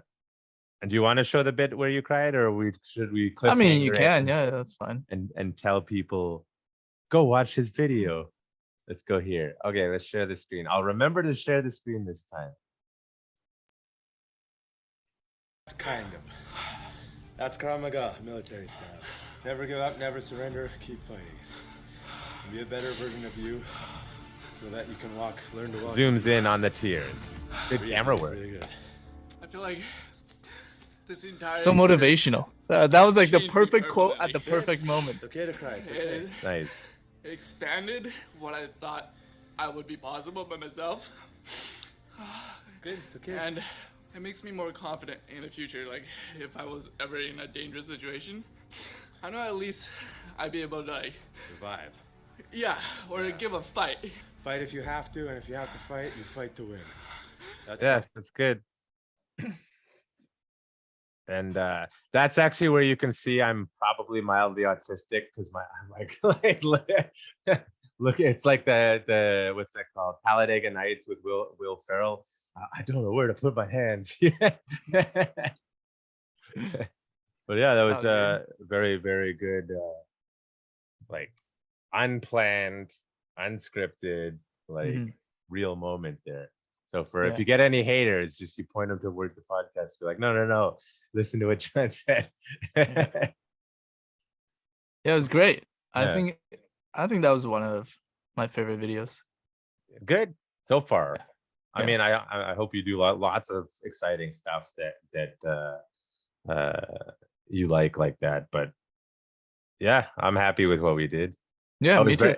I was very excited. My wife will be like, I can't wait till this thing gets filmed because he will shut up about it. Did she watch it? Yeah, I think she did. I'll make her watch it again. She's like busy with the baby. Right. So, yeah, she's focused. Did your on- students watch it? Did Yeah, Lucas or Coach watch it? I don't know if you noticed, I put it on our website now as seen on Hafu Go. Oh, really?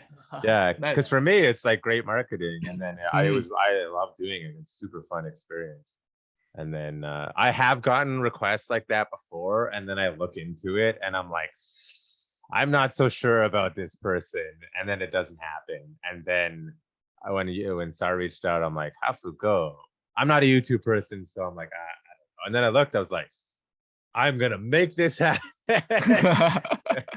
because it's cool. Yeah, I really appreciate that. Yeah, And no, it's especially good. because like you help so much with the planning process as well. Yeah, and I mean glad I did that. It might have been a little bit more chaotic because you come in with expectations, and then I have expectations, and then I think one thing I would say if I was to do it again, I would coordinate it a little bit more beforehand again. Like I Mhm. should have followed up a bit more.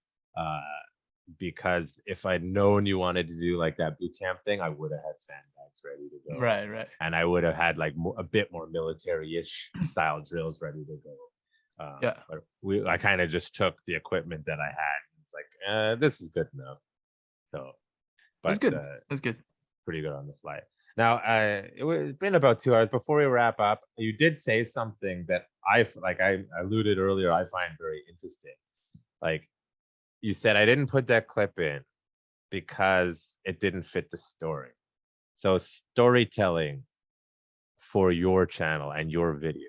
What's kind of your process? Because I love Well, that. it's not like it didn't fit the story. It was more so like the video was too long. It's 24 hours of content.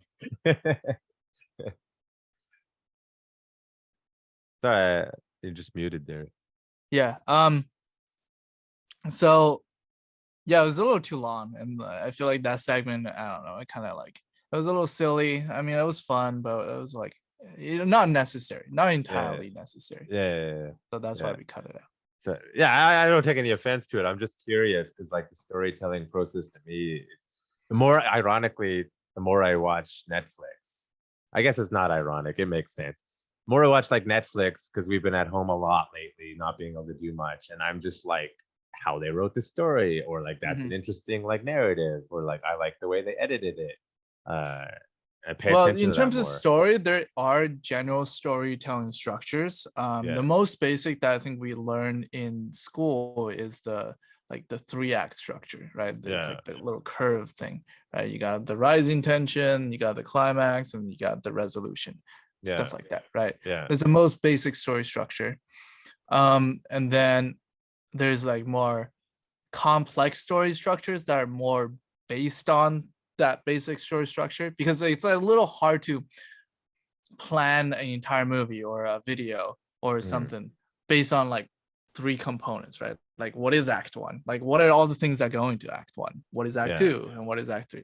So there's additional story structures that basically break down each act into like multiple different sub acts. So there's another storytelling structure called Save the Cat structure, which is pretty popular in like film and movies. And that's like a 15-part structure where it's like taking you through the 3-act journey, but like just in more specific detail.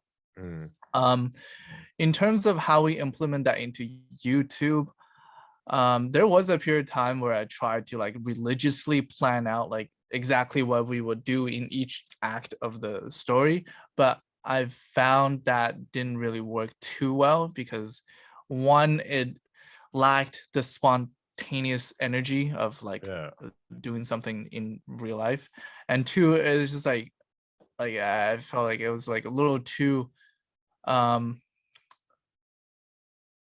it wasn't as fun because there was no adventure. Yeah. I only did that for like 2 or 3 videos. But so now what we do is like we plan out generally, it's like what are the activities we want to hit, or like what are the certain points we want to hit, and then most of the storytelling would come in the editing process. So we would still try to follow that story structure in editing, but in filming, we would just let the real world play out. Yeah, that makes sense because like you really, I mean, you kind of know what you were getting up to with me, but you really didn't know. So like if you plan too much and then none of the footage works, it's like how do you tell that story? Which I think like I was trying to tell someone this, they wanted to shoot something in a certain way, and I'm not like I know basic stuff, and I was like, have you ever edited a video to them?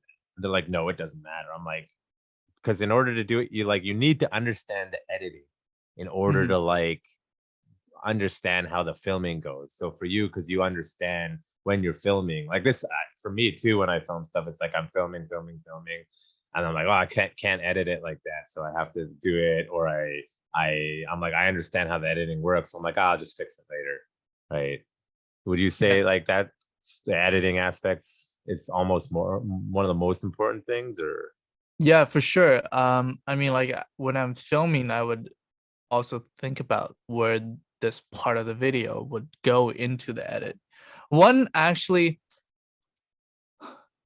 very unique thing about YouTubers is that a lot of people think we're really good at talking, right? Because like everything is just so smooth. There's no buts, no ums, no spaces. It just flows. But a lot of that is because we edit out the ums, buts, and spaces. Yeah. And one unique talking feature of YouTubers is because we're able to do a lot of jump cuts.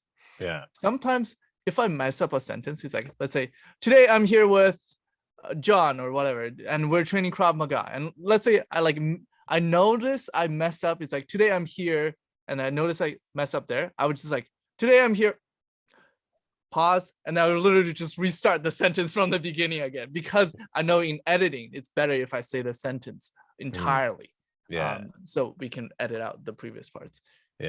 So like I would sometimes pause halfway and then through a sentence and then just re-say the sentence. And I thought like I've been on an extra on film sets and other stuff, and I understand, like, again, very loosely and understand the process. And I would say you like did a very good job. Like it was easy to work with you, and like you understood, and we went with the flow, and it did certainly make it super fun for sure.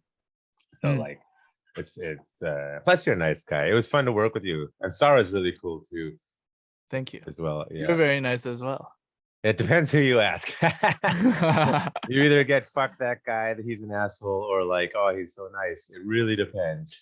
I think we meshed well because I would say I'm pretty like straightforward as well. So like both of us are just say how it is. So I like that.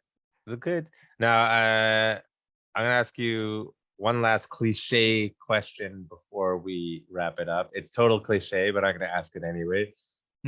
What advice do you have for any aspiring YouTubers, or like important points?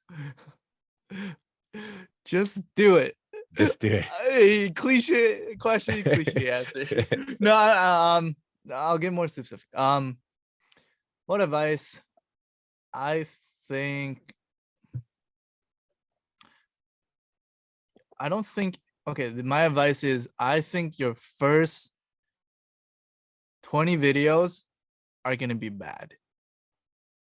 That's my advice. But you must make those first 20 videos. That makes sense. So you like no matter what, you need to get through those 20 videos.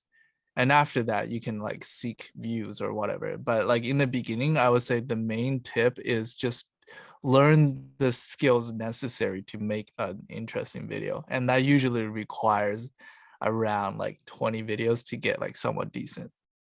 Yeah, I think that's I hilarious that you say that, because I'm not going to name names. Someone maybe that I'm married to during the pandemic wanted to do some videos, and I am not OCD, and I don't know, maybe they are. And so in the editing process, I don't like how you edit. Why do we have no views? I'm like, we released like 3 videos.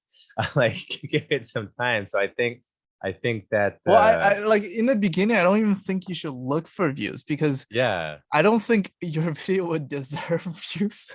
right? In Probably a not. sense. Like because like I mean, there's more technical stuff we can get into. Is like, okay, Yeah. we could make in the beginning to grow our YouTube channel, you should probably make search-based content because it's probably not going to get browsed or Yeah. suggested because your Yeah. video probably sucks. So Yeah. you make search-based content with a decent search volume, and then after that, you would make like browse-based content within the same niche. Yeah. But anyway, Yeah. but I would say before you even think about all the analytics stuff and growing views, I think you need to be competent in editing, filming, scripting, and all that. So what you're saying is I was right and my other half was wrong. Yeah, probably. Yeah, I mean that's usually the way it is, right? You're always right. Yeah. I'm teasing. And it's like, well, for me, like doing this podcast, when it starts to feel like too much work, I break. And when it's fun again, I start it up again. I don't know if that's for you, like, but you probably make way more money doing it than I do. I just do it for fun personally. I don't think I can do that anymore. I mean, I used to be like that, Yeah. but now like I'm looking to expand and hire more Yeah. people. And if I take a break, then they don't have anything to work Game on. over, So man. that Yeah, doesn't no, work. But good for you, like to get to that point. That's like amazing. Like that's Yeah. hard to do that. So that's amazing that you're at that point. Okay, I think we talked about a lot of this stuff. Is there anything that you wanted to get in here that you thought we wanted to cover, or you wanted to cover that we didn't talk about? No, I think that was perfect. Thank you so much for having me, and thank you so much for showing me the ways of Krav Maga and pushing me past my limits. It was honestly a great experience, life-changing. Great, awesome. I'm happy I could do that for you. I Other than- definitely recommend people spending 20K with you. Yeah, come on, 20K. Other than your YouTube channel, where can people find you on the internet? Just anywhere, Hafu Go, any social media. I'm on there. And see all his shenanigans.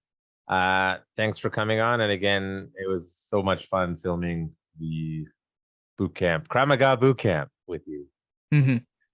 All right. Thank you so much. Thank Yeah. you so much, John. Thank you for listening to the Warriors Den podcast. If you like this podcast and our content, make sure you support us in the many various ways you can. The easy and free ways start with liking, subscribing, following, and leaving a positive review wherever you may be listening or watching.